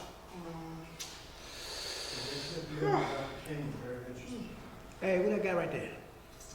This guy right here, I don't know that dude, I don't know nothing about him.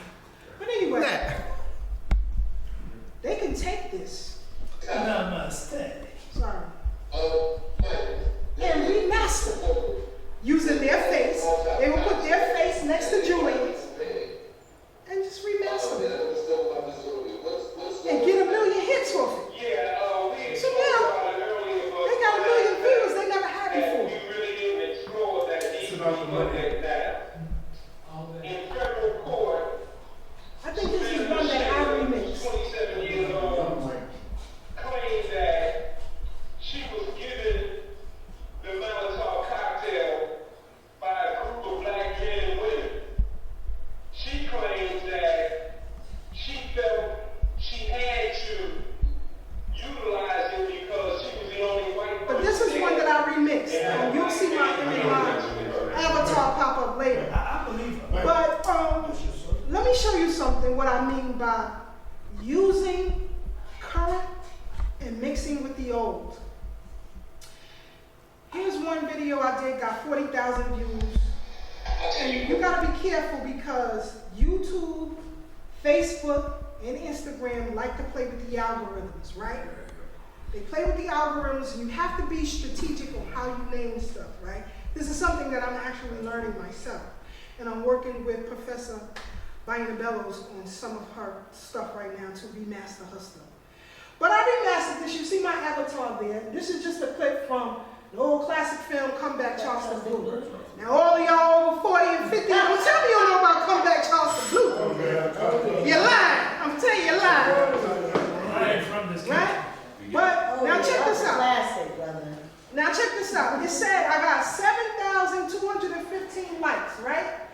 Only 130 comments.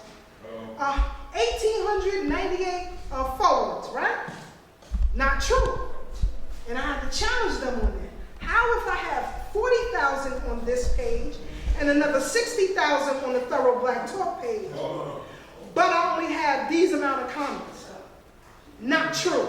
So you have to also know how to, that's why you have to know technology in order to challenge them, right?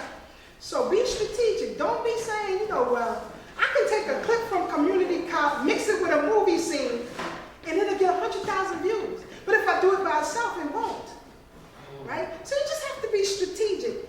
Reach people where they are. You know what I'm saying? They're not going to sit through a whole program, but they'll sit through this clip.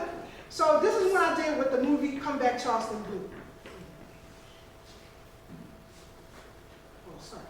I'm going to give you anything below 110th Street, that's you. Anything above 110, that's mine. And you keep your ass out of it. What are you talking about? We've been doing business up here for years. You people were here first, right? You're that right. Maybe my people were here when your granddad was stealing horses and sisters. Oh, shit. This is our backyard. From now on, you stay in yours. Agreed. Gentlemen, I'd like to see you allow Bobby with a traditional toast, Bobby.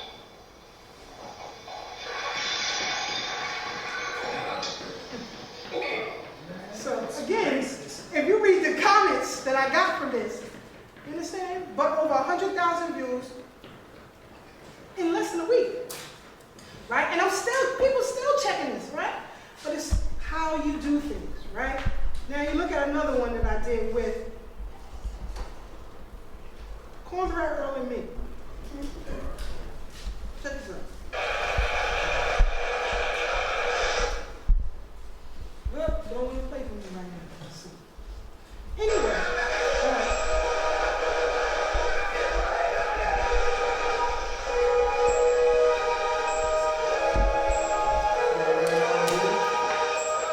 don't tell me none of y'all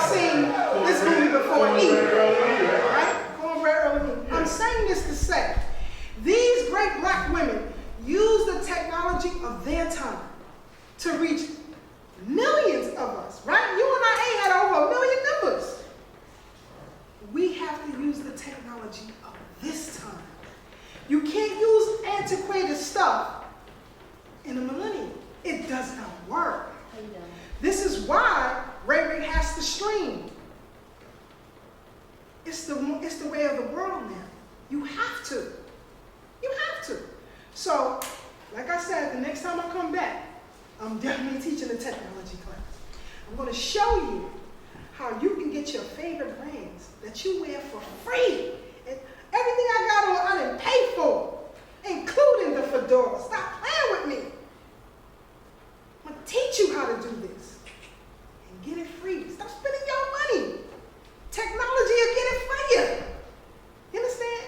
So now, I'm a representative for not one, not two, not three, but 4 black-owned manufacturers. 4. Just for posting videos. Came to me. You understand? So I'm going to teach you how to use technology of today to your own advantage.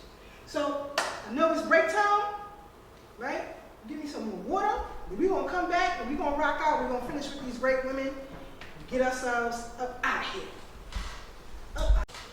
Okay, Keisha's back. This is just a clip of Amy Jacques Garvey. We spoke about Amy Ashwood, but here's a rare clip of Amy Jacques Garvey in Jamaica. Let's see. Come on, work with me, baby. As that cues up, I'm also going to play a clip from about Elizabeth Freeman that was done on the History Channel with the likes of people like, what's the basketball player name? The Lakers. The boy had to do. His name escapes me. LeBron? Skyhook dude. What's the Skyhook? Kareem Abdul-Jabbar. Yeah. Him and some others talk about Elizabeth Freeman. But for some reason, let's see. Use the remote instead. Maybe that happens. But if you can, in your leisure time, if you follow Thorough Black Talk or myself and the K Fighter, we have a library, right? So you can see all of these videos at your leisure. A lot of them are from the Historical Society.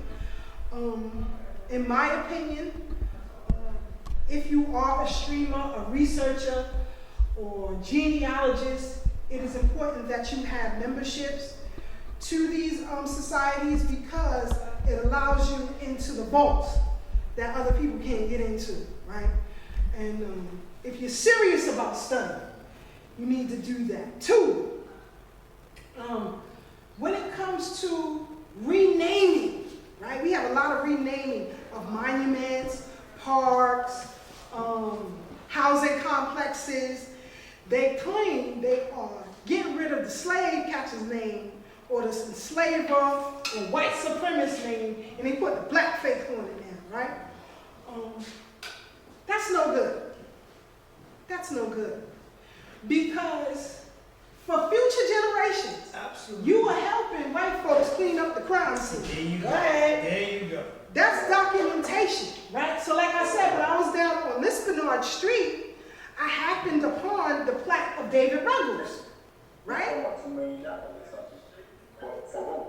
It should have been his. Why is that? Oh, wait a minute. This is on. Right. Can you mute yourselves on the Zoom, please? Ray Ray is not here, but if you can mute yourselves so we can hear you. Yeah, whoever has the Muhammad Ali You're right, avatar. Okay, it's good. They're muted. Okay, so it's unjust to help these people clean up crime scenes. I'm not with them.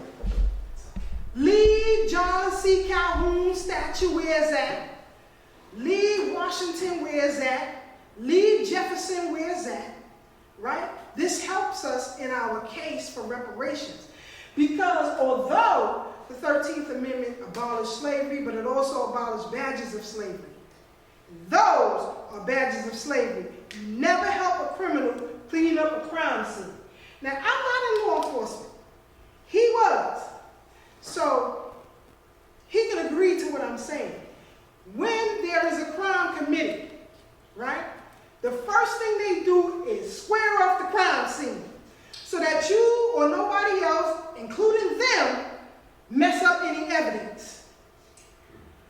After the Black Lives Matter rampage, because that's exactly what it was, a rampage for homosexuals, and I don't care what anybody says. They came up with this idea to start cleaning up crime scenes. I'm not surprised. That's typical of a white supremacist. Just because they had 3 black fools running it doesn't mean it wasn't a white supremacist organization. That's what they do, right? Anybody who knows anything shouldn't have anything to do with any kind of Black Lives Matter. Now, after that rampage, they're using the terminology woke. Oh yeah, what's that?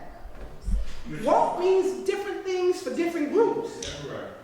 No white person can tell me what woke means. First of all, because we invented the term. You can't tell me my speech that I invented. All of these terminologies that they're now using, we invented it. Who the hell are they to tell us what it means? It's crazy. But for elite, white, homosexual males, woke means your penis is erect. So be careful of what you're saying and who you're saying it to. You understand what I'm saying? Oh yeah, that's what it means to them. What? White, elite, homosexual men. When they say woke, they mean your penis is erect at attention. Elite, tell them elite. That's what it means to them. I'm just saying. So now, on top of having been enslaved, badges of slavery, they are now taking our language and using it against us. Because we like to tell everybody everything. If somebody asks me, who ain't us, what woke mean, none of your damn business. Why is it so hard for us to say, none of your damn business? That's it. They're using our way of communicating with each other against us. Again, I blame voters. I blame you. You did this. You allowed it. You voted so that LGBTQ can go ahead of you. You voted so that people who identify as Latino can go ahead of you. You voted so Asians can get ahead of you. You just had, a couple of years ago, a lockdown of a pandemic or a plandemic. Go ahead, play that. All of these government workers, no jobs, laid off. You voted for it. You put the idiots in charge who appointed these folks to regulate you. But then you complain about it. You have no business in that polling booth. Until a party politician that we can buy, pay for, and control, stay out of the polling booth. Stay out of it. And I'm going to tell you something. The longest lasting, most sustainable business in our community is the black clergy. By none. It don't matter the denomination. That is irrelevant. It is the #1 sustaining business. Yet it is the same business that advocates against you, which is anti-African, which is anti-history, because as I've read before, these were women of virtue. You shouldn't have black pastors running around here twerking, or black politicians twerking like it's a joke. You have the black politician from, I think it was California, standing on her head twerking in a bathing suit for votes. Boston. All right, so y'all know I'm not lying, right? You seen her. It's Massachusetts. Massachusetts. What in her resonates with our struggle? Nothing, but black people voted for her. Because she got some brown skin? Nah, we got to be more strategic. We got to use the history of those who came before us. And I'm telling you, those women I talked about, about them. Study more about them. I guarantee you say, damn, Keisha was right. This is what they did. Use what they had of their day. So we got to use what we have our day. And stop this foolishness. Stop voting against ourselves. Stop sending our children home. Let Amy speak.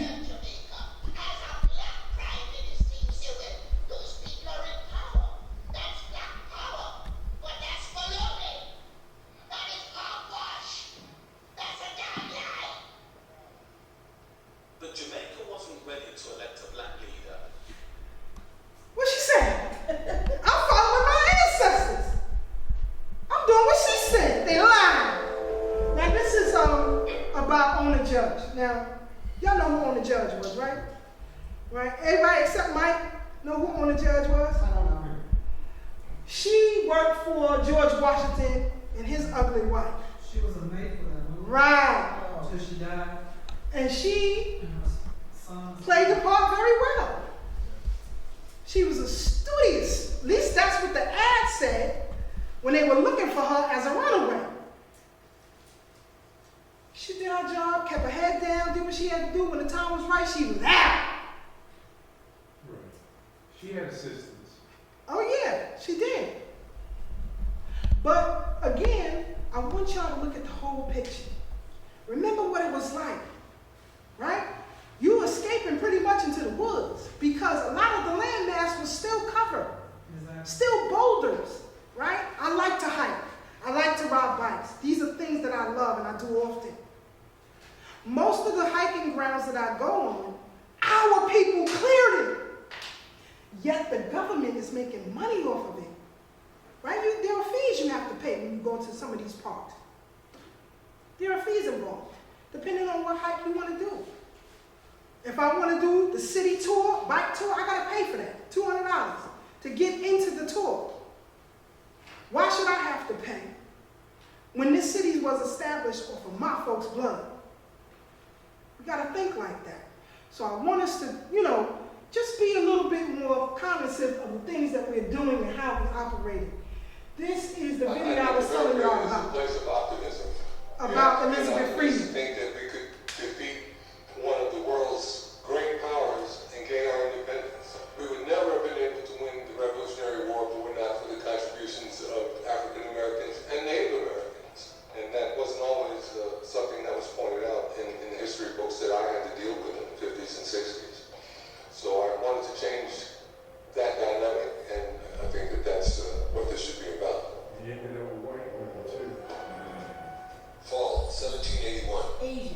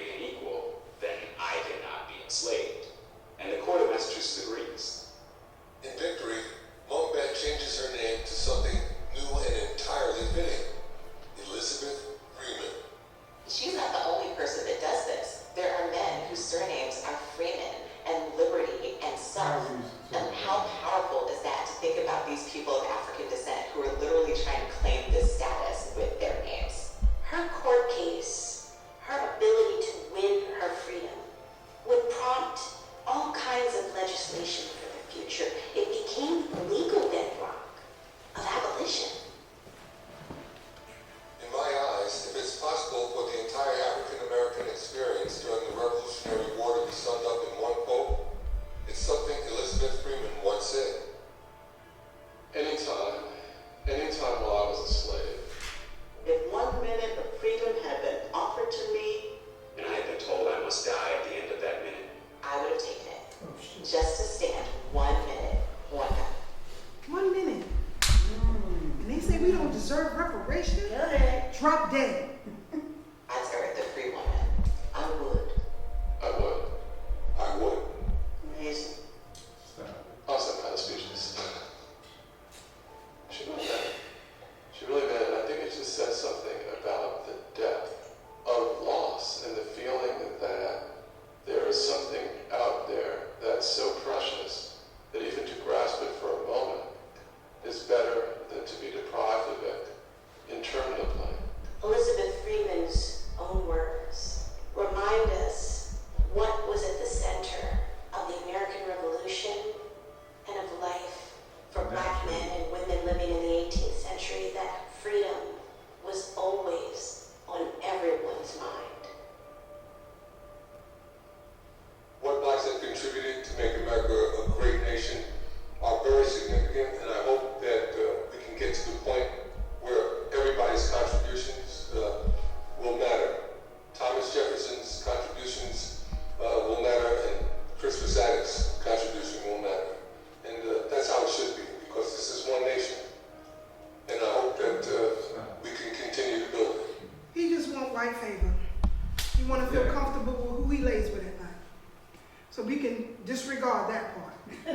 But, again, this black woman fought for her own freedom, won it in the courts in the state of Massachusetts. Who are we to tell her that she doesn't deserve reparation? Stop it. So again, I thank her and many who came like her and continue to this day. You know, when brother mentions Mrs. Maddox, to know her was to love her. Yes. 100%. She was very private, right? But she and I had a great connection, especially when we were upstate. We would talk about things and go over things, and certain things she would tell me about her life. This woman was powerful.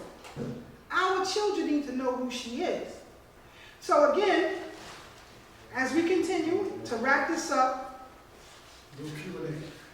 okay. You look at things like the Harlem Renaissance, right? Langston Hughes, and all of these great writers and musicians who came out of that. Nobody asked who funded that movement. A black woman funded the Harlem Renaissance. In fact, she kicked it off in her home. A wealthy woman, her mother left her millions. She is the daughter of Madam C.J. Walker. This is Alayla Walker. She spent every dime that she had in the Harlem Renaissance. So everybody who came out of that, I don't care who it is, Baldwin or whoever, you owe her another black woman, Alayla Walker. Amelia Walker was the daughter of Madam C.J. Walker, the first self-made female millionaire in United States history. After inheriting her fortune, Amelia began spending it in various ways, and though her business acumen was limited, she carved out her own place in American history. Also, I have already covered the life of Madam C.J. Walker, so make sure to check that out in the links below. Let's get into the video. The woman who has become known to history as Amelia Walker was born as Lydia McWilliams on the 6th of June 1885 in the city of Vicksburg in Mississippi. Lydia's mother was Sarah Breedlove, a woman who had been born into extreme poverty in rural Louisiana in 1867. She was the first member of her family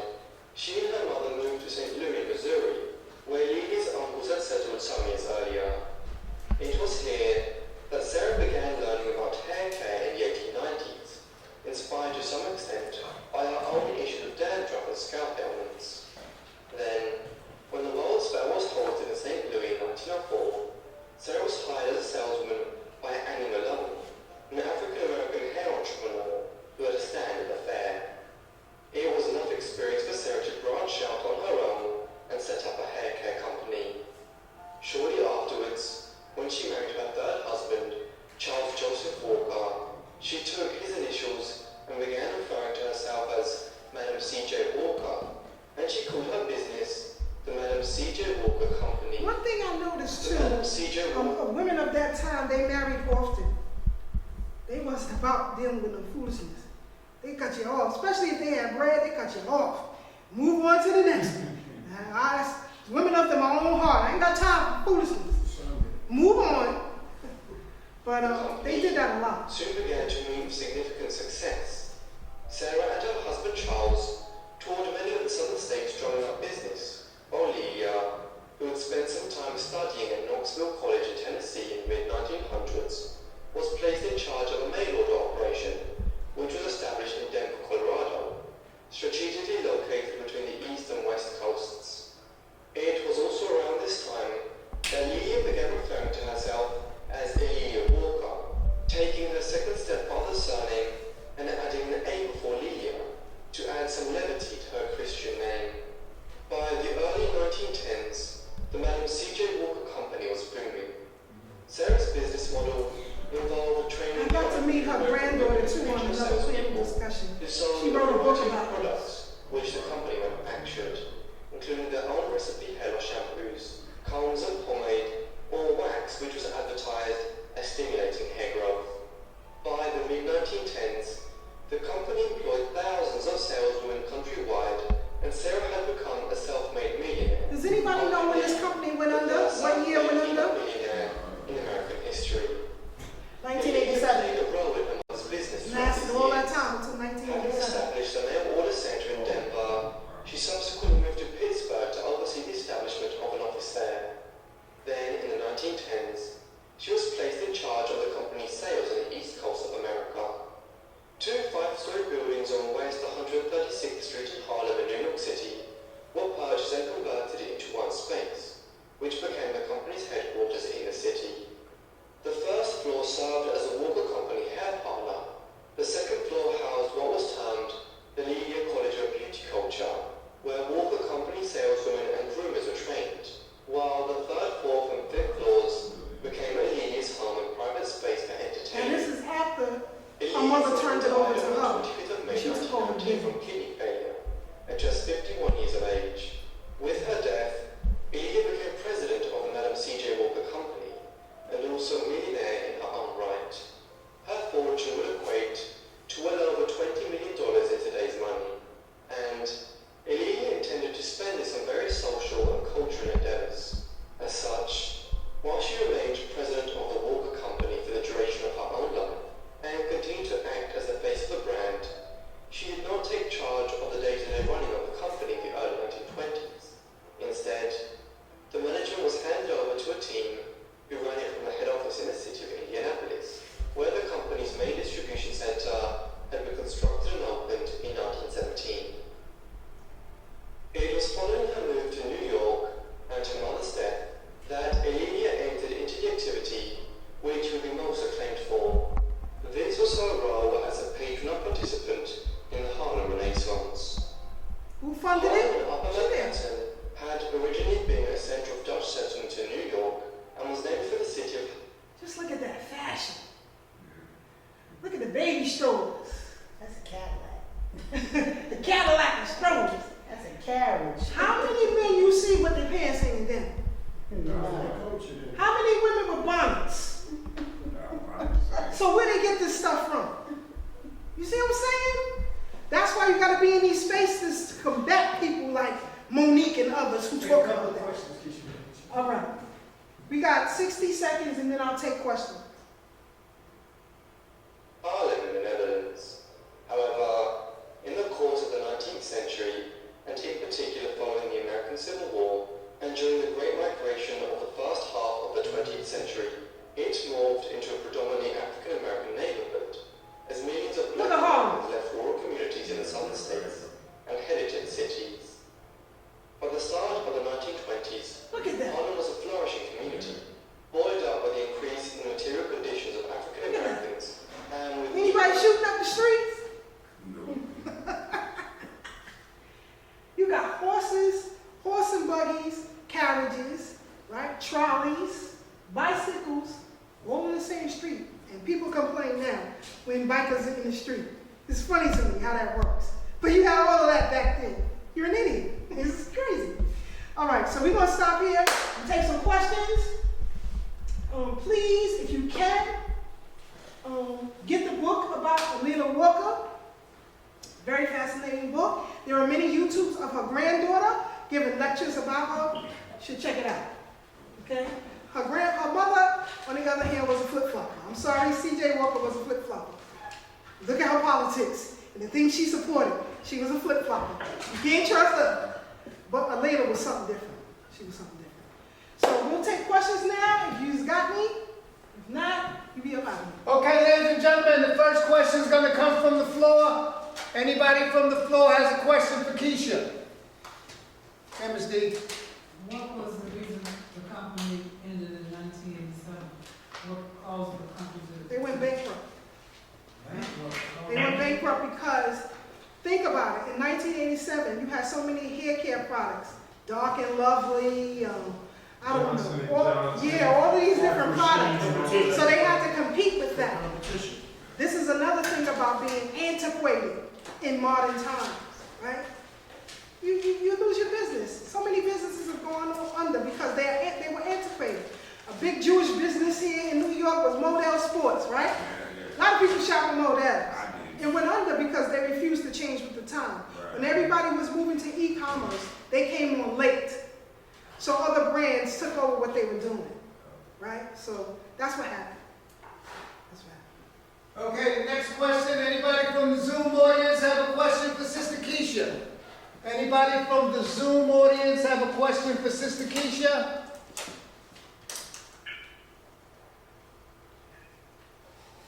Going once? Zoom audience? Okay, next question from the floor. Yeah, just want to know, Sister Keisha, in your opinion,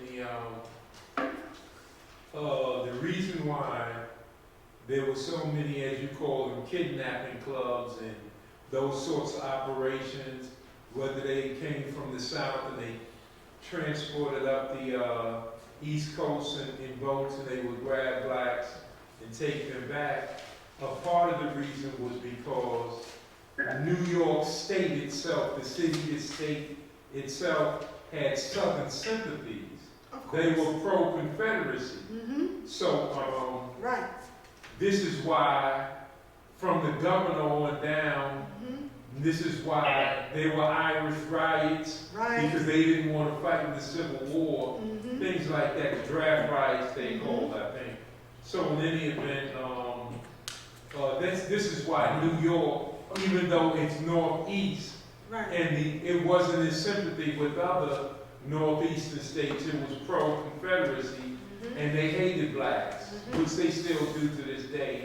As you pointed out, the Democratic Party, which always was the powerhouse here, but they were anti-black always, and they were in sympathy with the South. Facts. As Mike said, he's right as that. After the Civil War, a lot of the Confederate sympathizers came here to New York and settled here. So became a part of that establishment. And even before then, right, if you read about the Lehman Company and when they started their nonsense in selling and exchanging black folks for capital, David or Meyer Lehman, one of them said that in order to make trade and commerce work, they must have a sympathetic end to the Confederate. It is a must. So they wrote it themselves. So he's right about that. Anybody from the Zoom audience have a question?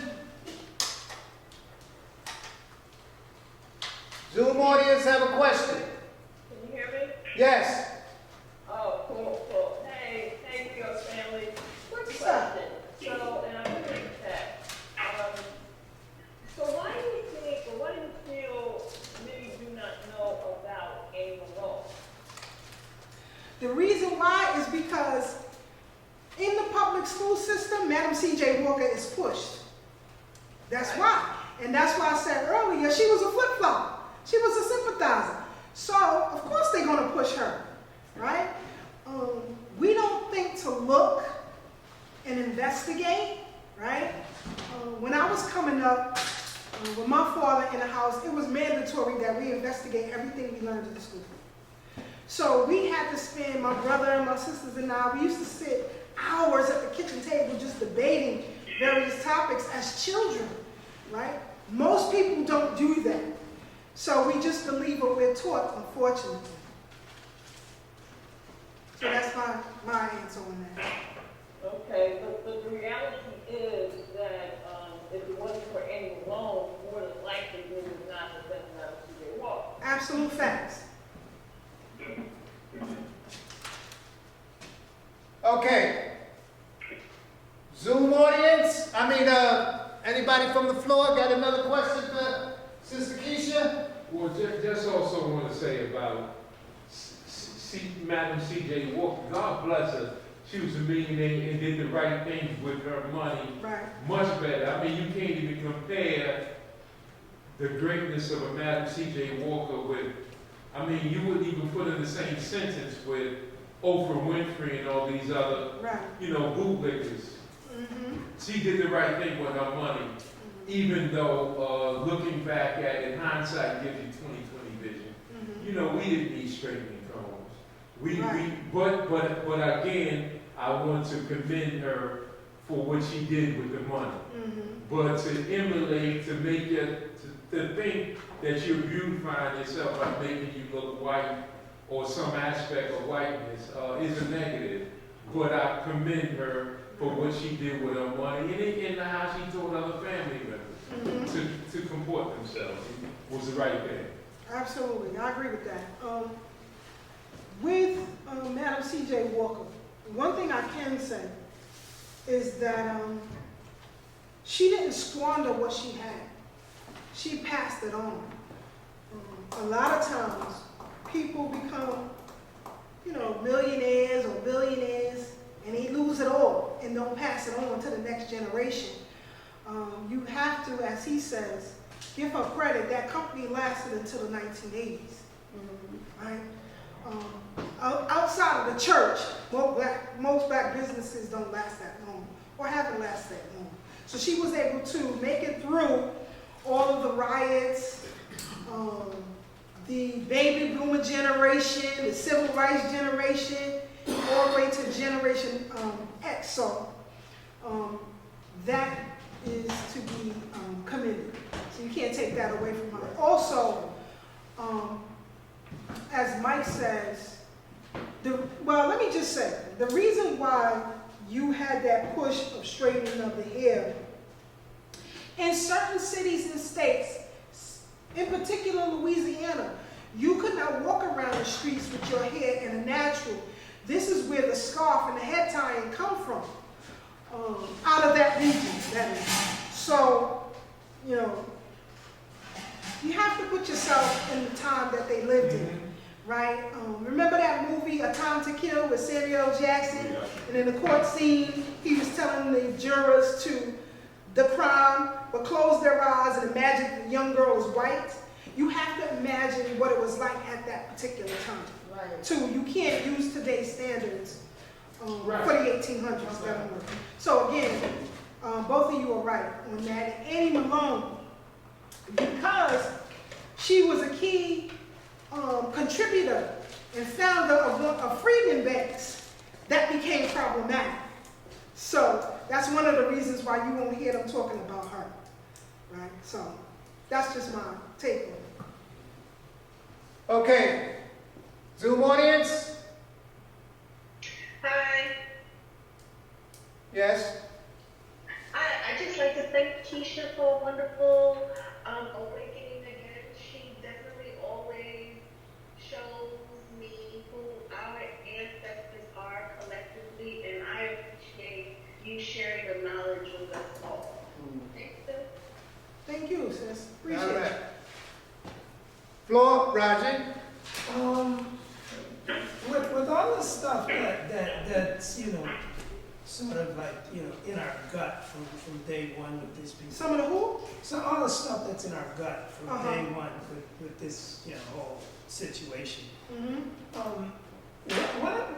What would be the mindset for African American wealth to say that they're not giving their money to their heirs? They're just going to donate to charity when you say that this lady gave it to her daughter, and then her daughter proceeded to just blast the Harlem Renaissance with love. Why would modern day black folks who clearly are aware of this not keep that money in the blood?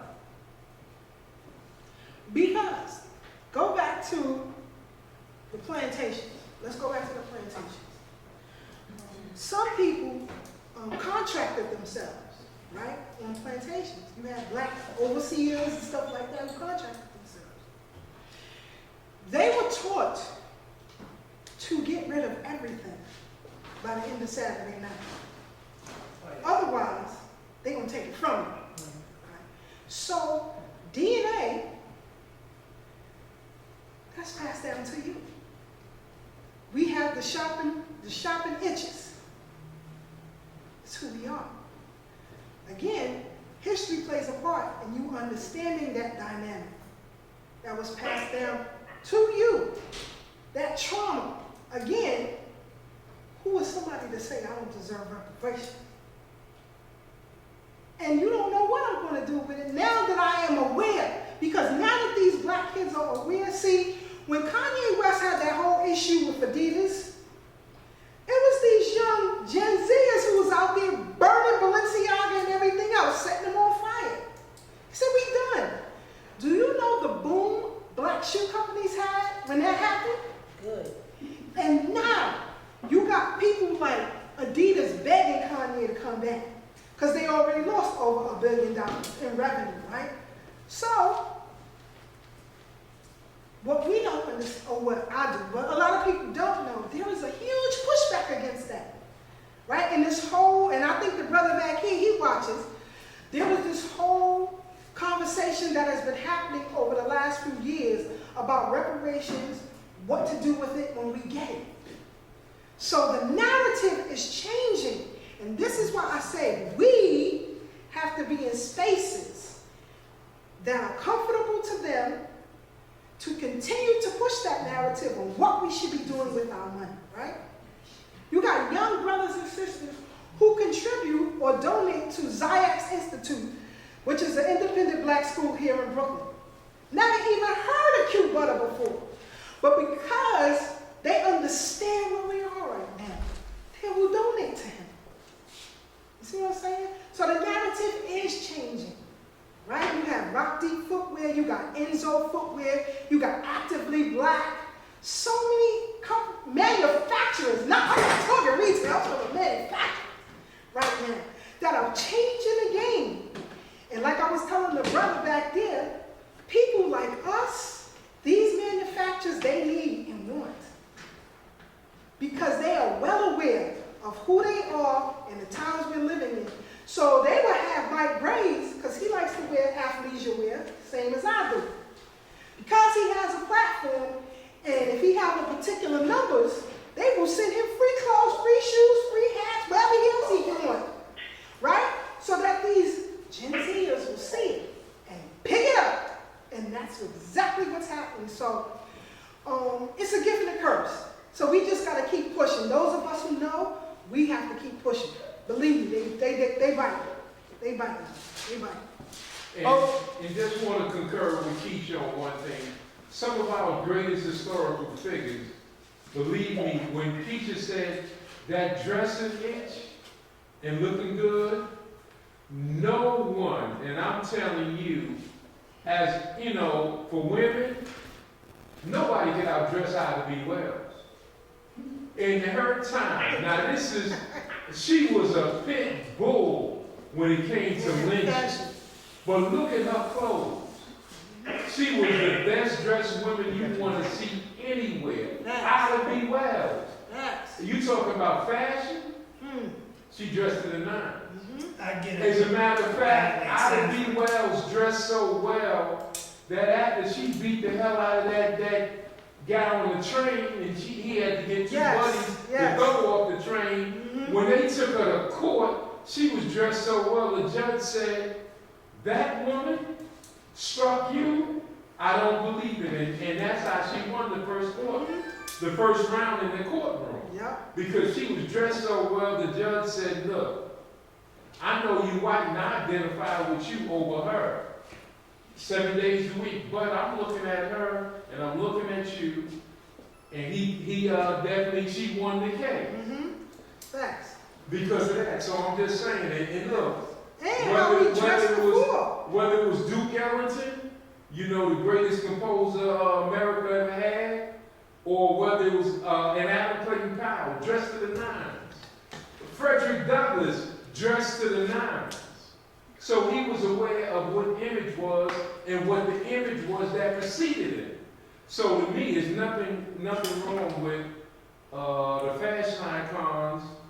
You know, rappers think they can dress now, but you know, I mean, they dress like, you know, like females, like Very much so. Very much so. But I'm just saying, some of our greatest leaders could really dress, like I said, Adam B. Wells, Adam Clayton Powell, Junior and Senior, all dressed in the nines, and I'm saying even Frederick Douglass.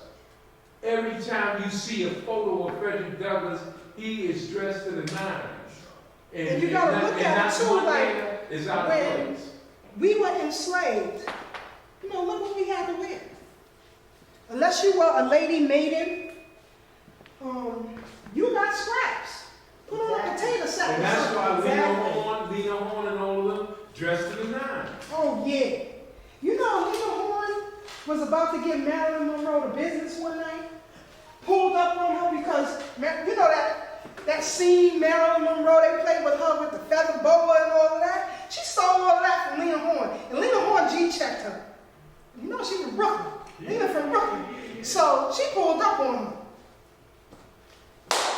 Okay, ladies and gentlemen, give Sister Keisha a great big hand. True audience, thank you for supporting the Brooklyn William Mackey Jr. History Club. We appreciate you. You can unmute yourself and have a little conversation while we tidy up the place. We give my sister for a good program to put on. Thank you very much.